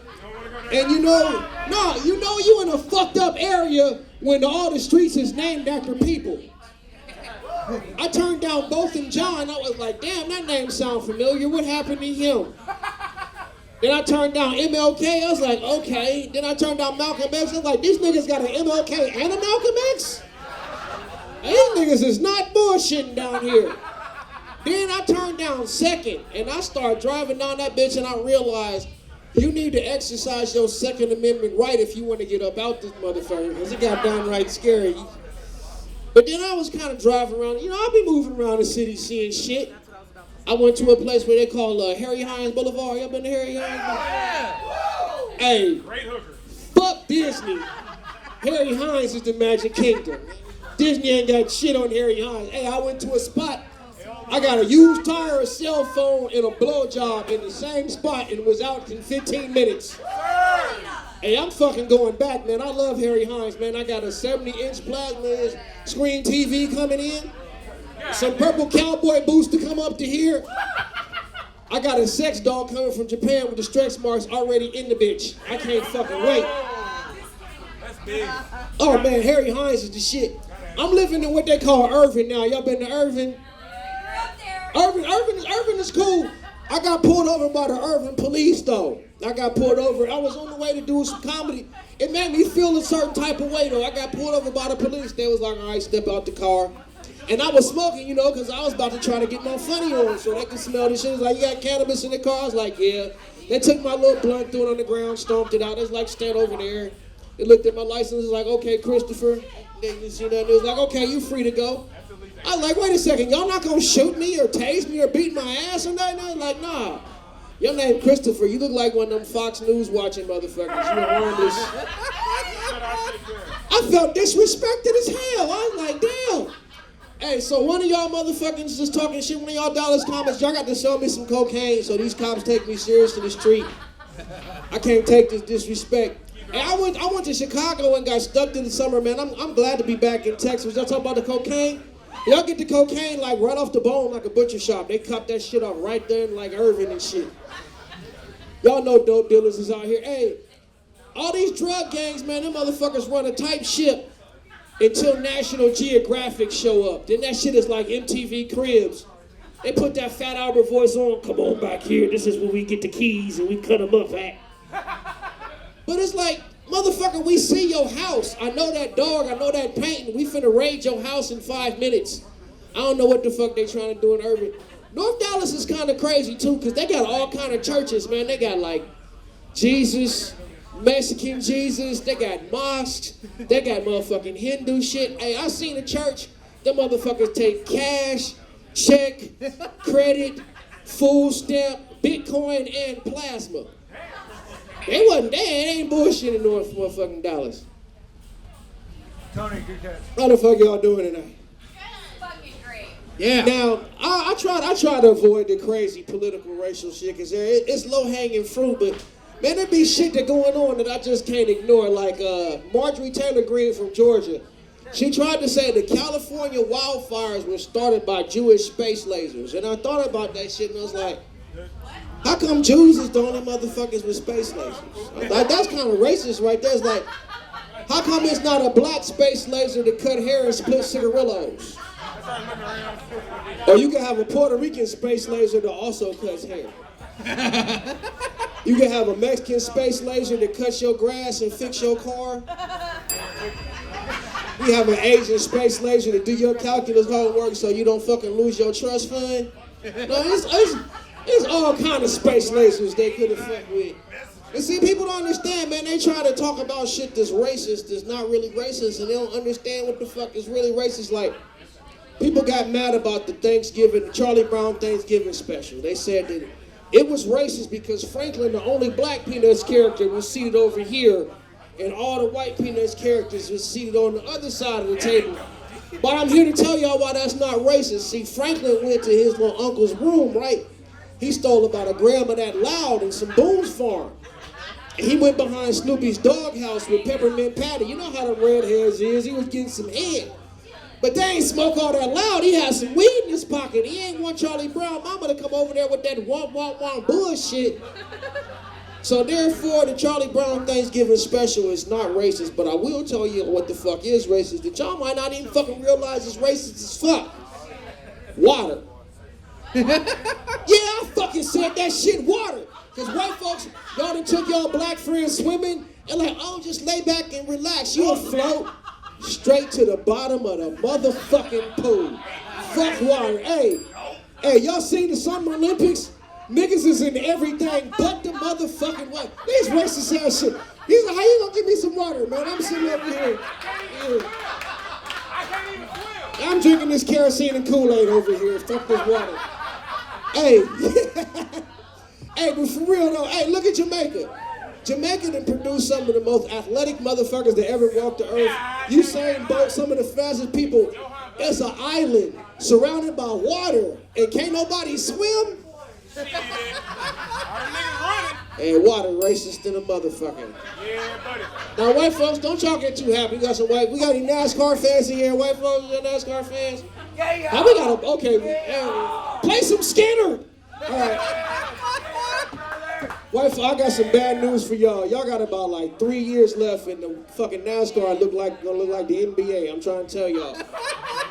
It started with that Black Lives Matter car. You got fucking black people owning cars. It's gonna be like this.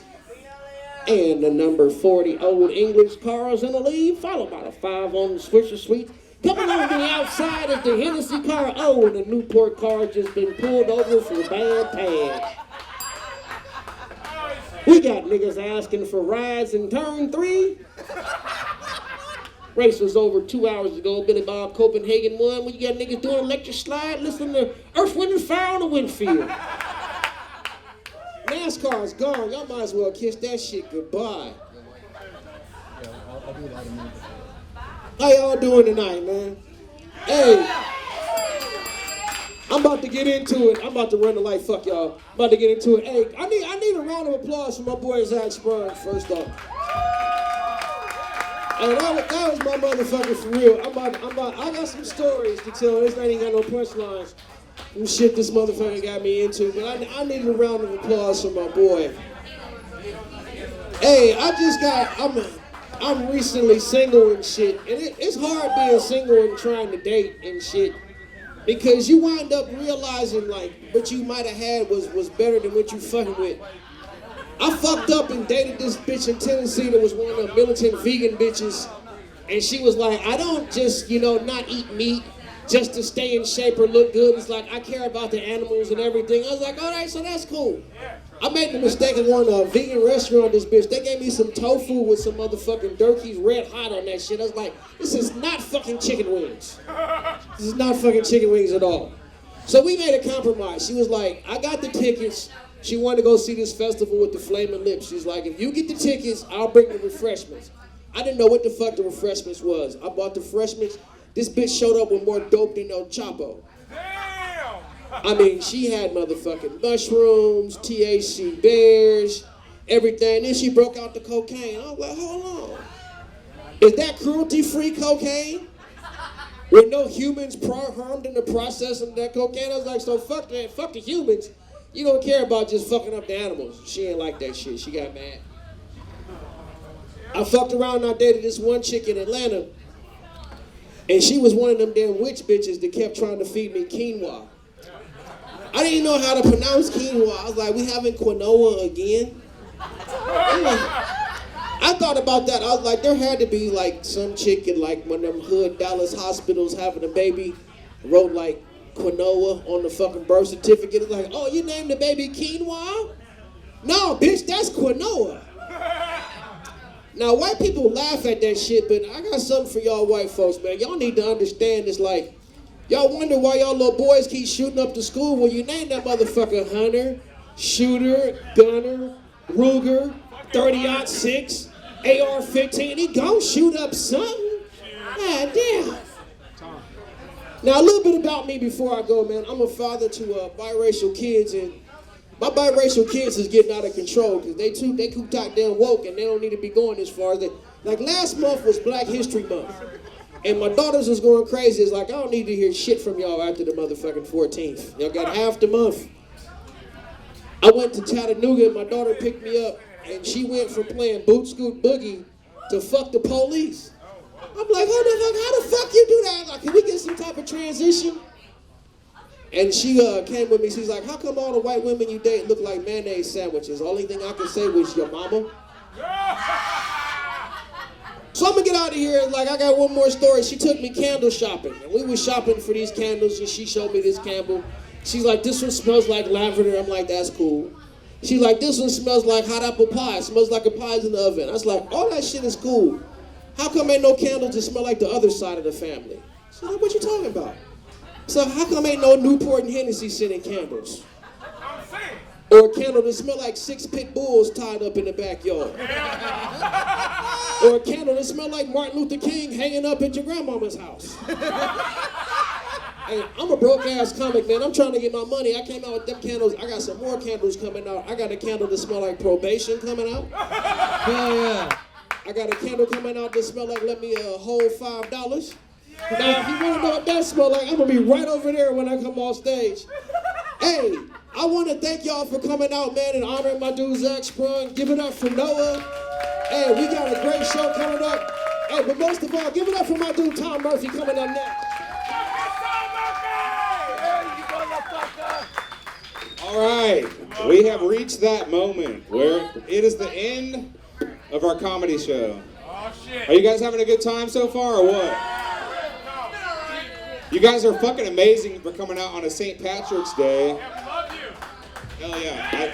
I swear to God, this costume is not racist, I promise. I had a 23andMe done. I swear I'm Irish, all right?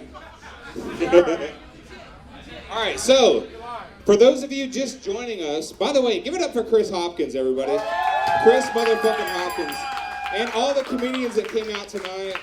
You guys are amazing. I fucking love every single one of you.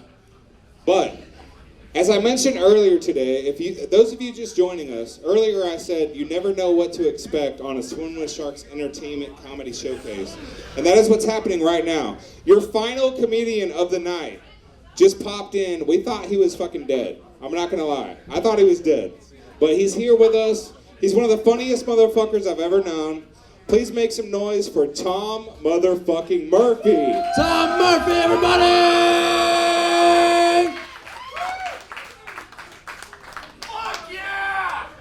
Hey, calm down, John.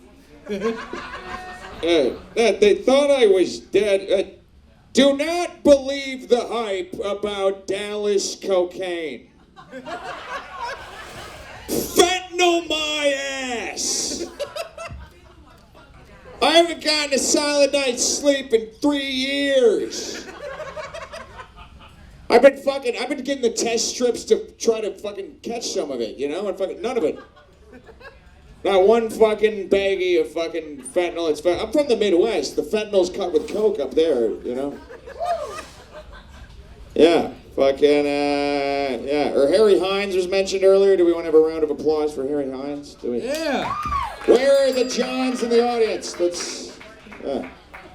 Yeah. Harry Hines is not really a street. It's more of a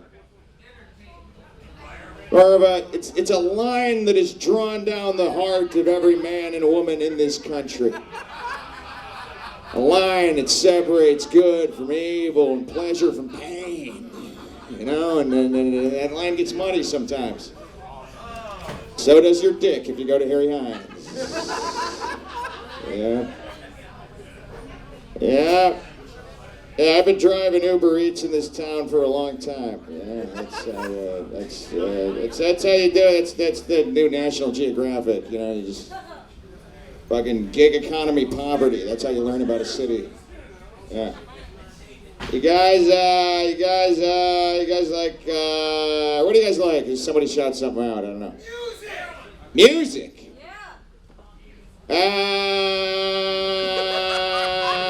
That's musical, right? That's nice. All right, anyone want to tune a guitar to that? X's. Yeah, I kind of get them, you know. Everyone's like, have you ever had this where like someone breaks up with you, and then like you tell, like I remember the last ex who dumped me was 3 years ago. Yeah, no coincidence with the coke and meth problems there. Yeah, 3 years ago, my ex dumped me, and then first person I called to tell about it was my brother. And he's a good man, but he's also, you know, like most good men, he's retarded. You know? I can say that, I'm retarded. I'm a good man. And yeah, so I called my brother to tell him that she broke up with me. Like before I could even get the words out of my mouth, I was like, yeah, Sarah left. He's like, fucking bitch!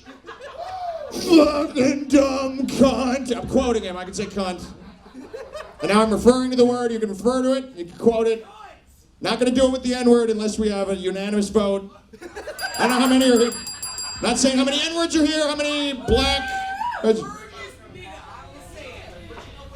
I actually will only say it with the hard R because I feel like it's cultural appropriation if I say it. I feel like if you're white, you should only ever say it with the hard R. You shouldn't use it with the hard R. But if you're going to talk about it, if you're going to quote that uncle you don't like seeing that often, hard R. What was I just... Oh, yeah, so my brother, hard R, retarded. 2 hard R's in that one. That's the problem. You know, that's why it's hard not to say the word. Like, I've had a lot of black people be like, well, why do you have to say it? Some words just sound funny. And they have a history of hate connected to them, but they just... Can you say it so we can all just be reminded how funny it sounds? Yeah, I mean, come on. There's like the G noise in the bed. It's just a bunch of. It sounds like something that like would like like Blue's Clues would come up with. Like, yeah. Anyways, my brother, mentally retarded. He was like, just because a woman decided not to spend her life with this, he was like, fucking bitch, fucking dude. And yeah, and I was just like, he didn't even let me like get out. Did the mics just change? Oh yeah. Did I just revert from puberty? What happened here? That is, dude, I've been manic the last 3 weeks. I go the opposite way. Most people, I had my like first erection the other night in 3 weeks. I don't know what oh wait, I flipped now it's off. Yep. Fuck it, it's good. I was running naked through the streets of Garland. Here, Tom. people be like, wow, this mic sounds different. Yeah. I got you. Let's see, this is good? Okay. But no, my brother, yeah, he's just immediately like, fucking, she's a bitch, she's a fucking, yeah, we even have to remind everybody, you know? Like, you're being a little bit of a cunt. I'm kidding. Kidding! Ginger cunt, yeah. That's, if you say it with an Irish accent, you're actually allowed to say cunt. It's weird. It's fucking, we're the only English-speaking country that, like, it's not cool to say because our accent, it just sounds mean for some reason. I don't know. Canadians don't get away with it either, which is really weird. I don't know what that's about. Canadian? What? Because they're gay? Is that what you said? Gay? I'm just hearing gay. It's just like when I talk to my mom, all I hear is, are you gay? I think you might be gay. You don't want mashed potatoes it's because you're gay?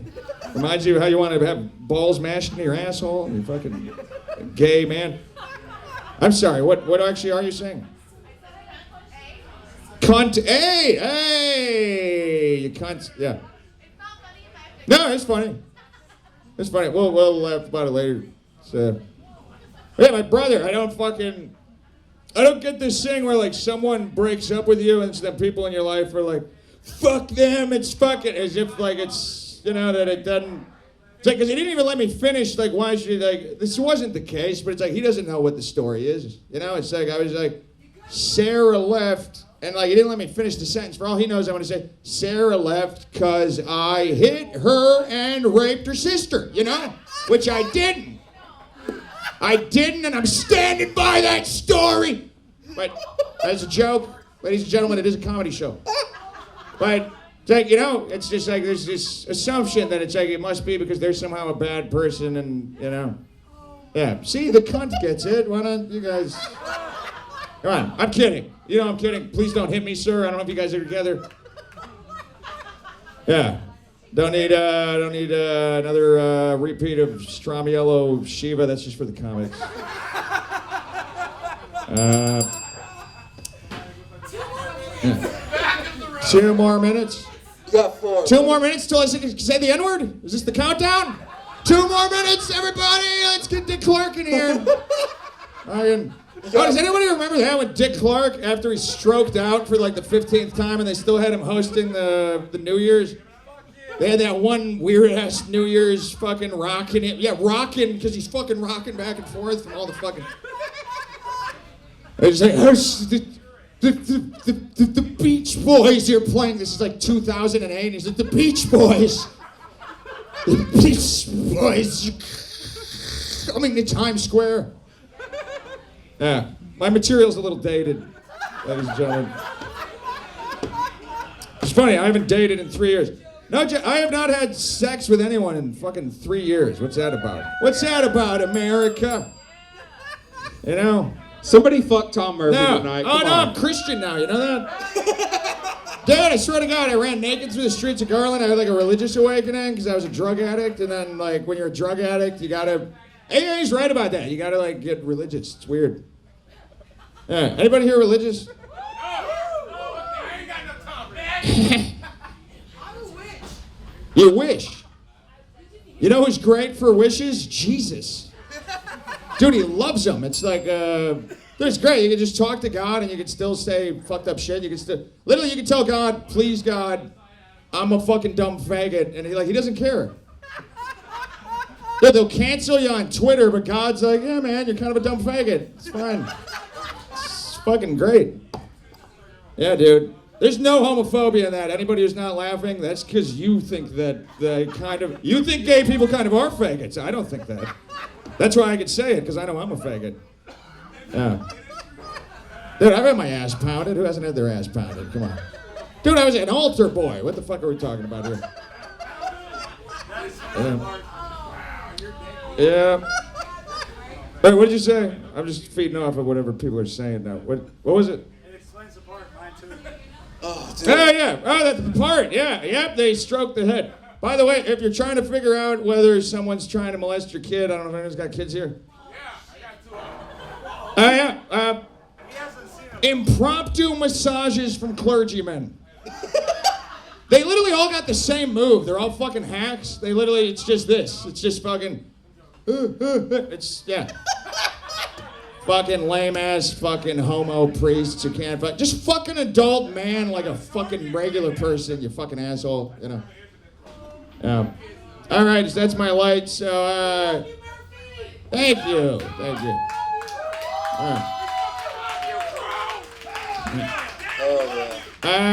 Somebody shout one other thing out, and then I'll try to talk about one thing, and then I'll get out of here. What is it? Dollar beanie? Diabetes. Dude, my dad was just in the hospital, man. It's fucking...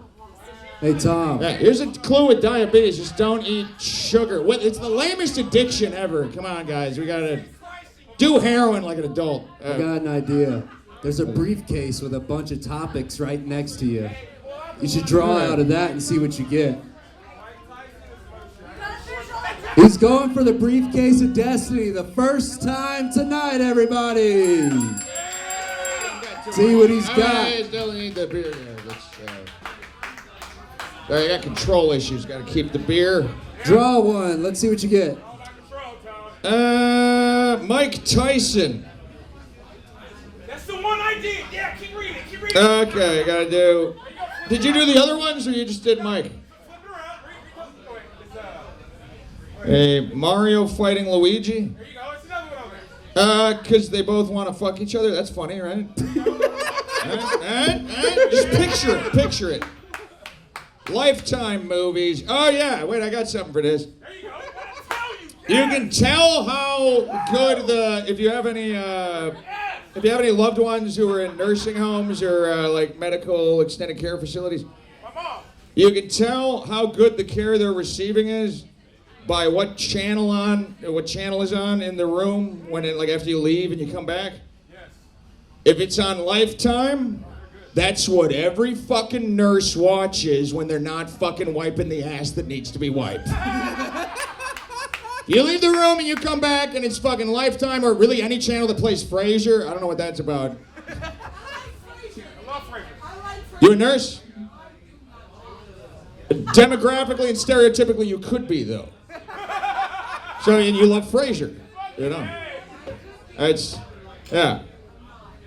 Yeah, no, I don't. Frasier's all right. I used to not like Frasier because I was like, I'm the kind of like dumb, like I'm white, but I'm not like a Gap white. I'm like a Ross Dress for Less white. Okay. So I thought Frasier was like for fancy people. It's not. It's the opposite. It's like, look at how stupid the fancy people are. I used to watch Frasier and like, oh, Frasier thinks he's better than me. It's like I was getting, yeah. Should I wrap it up here or what are we? Whatever you want to do, buddy. See. Oh, Chinese balloons in the sky. This one's just for the comedians. Shout out to Pung Dong. I don't think he's a bad guy. He just happens to be a spy, and that's fine. Nothing wrong with it. We all need spies. The CIA spies on people too, and fuck them too, and fucking but good on. And let's everybody rest in peace, Zak Sprung. That was an awesome fucking dude who this city lost a great man. And I'm gonna go leave you alone now. So hey. Hell yeah! Hey, Tom Murphy, everybody.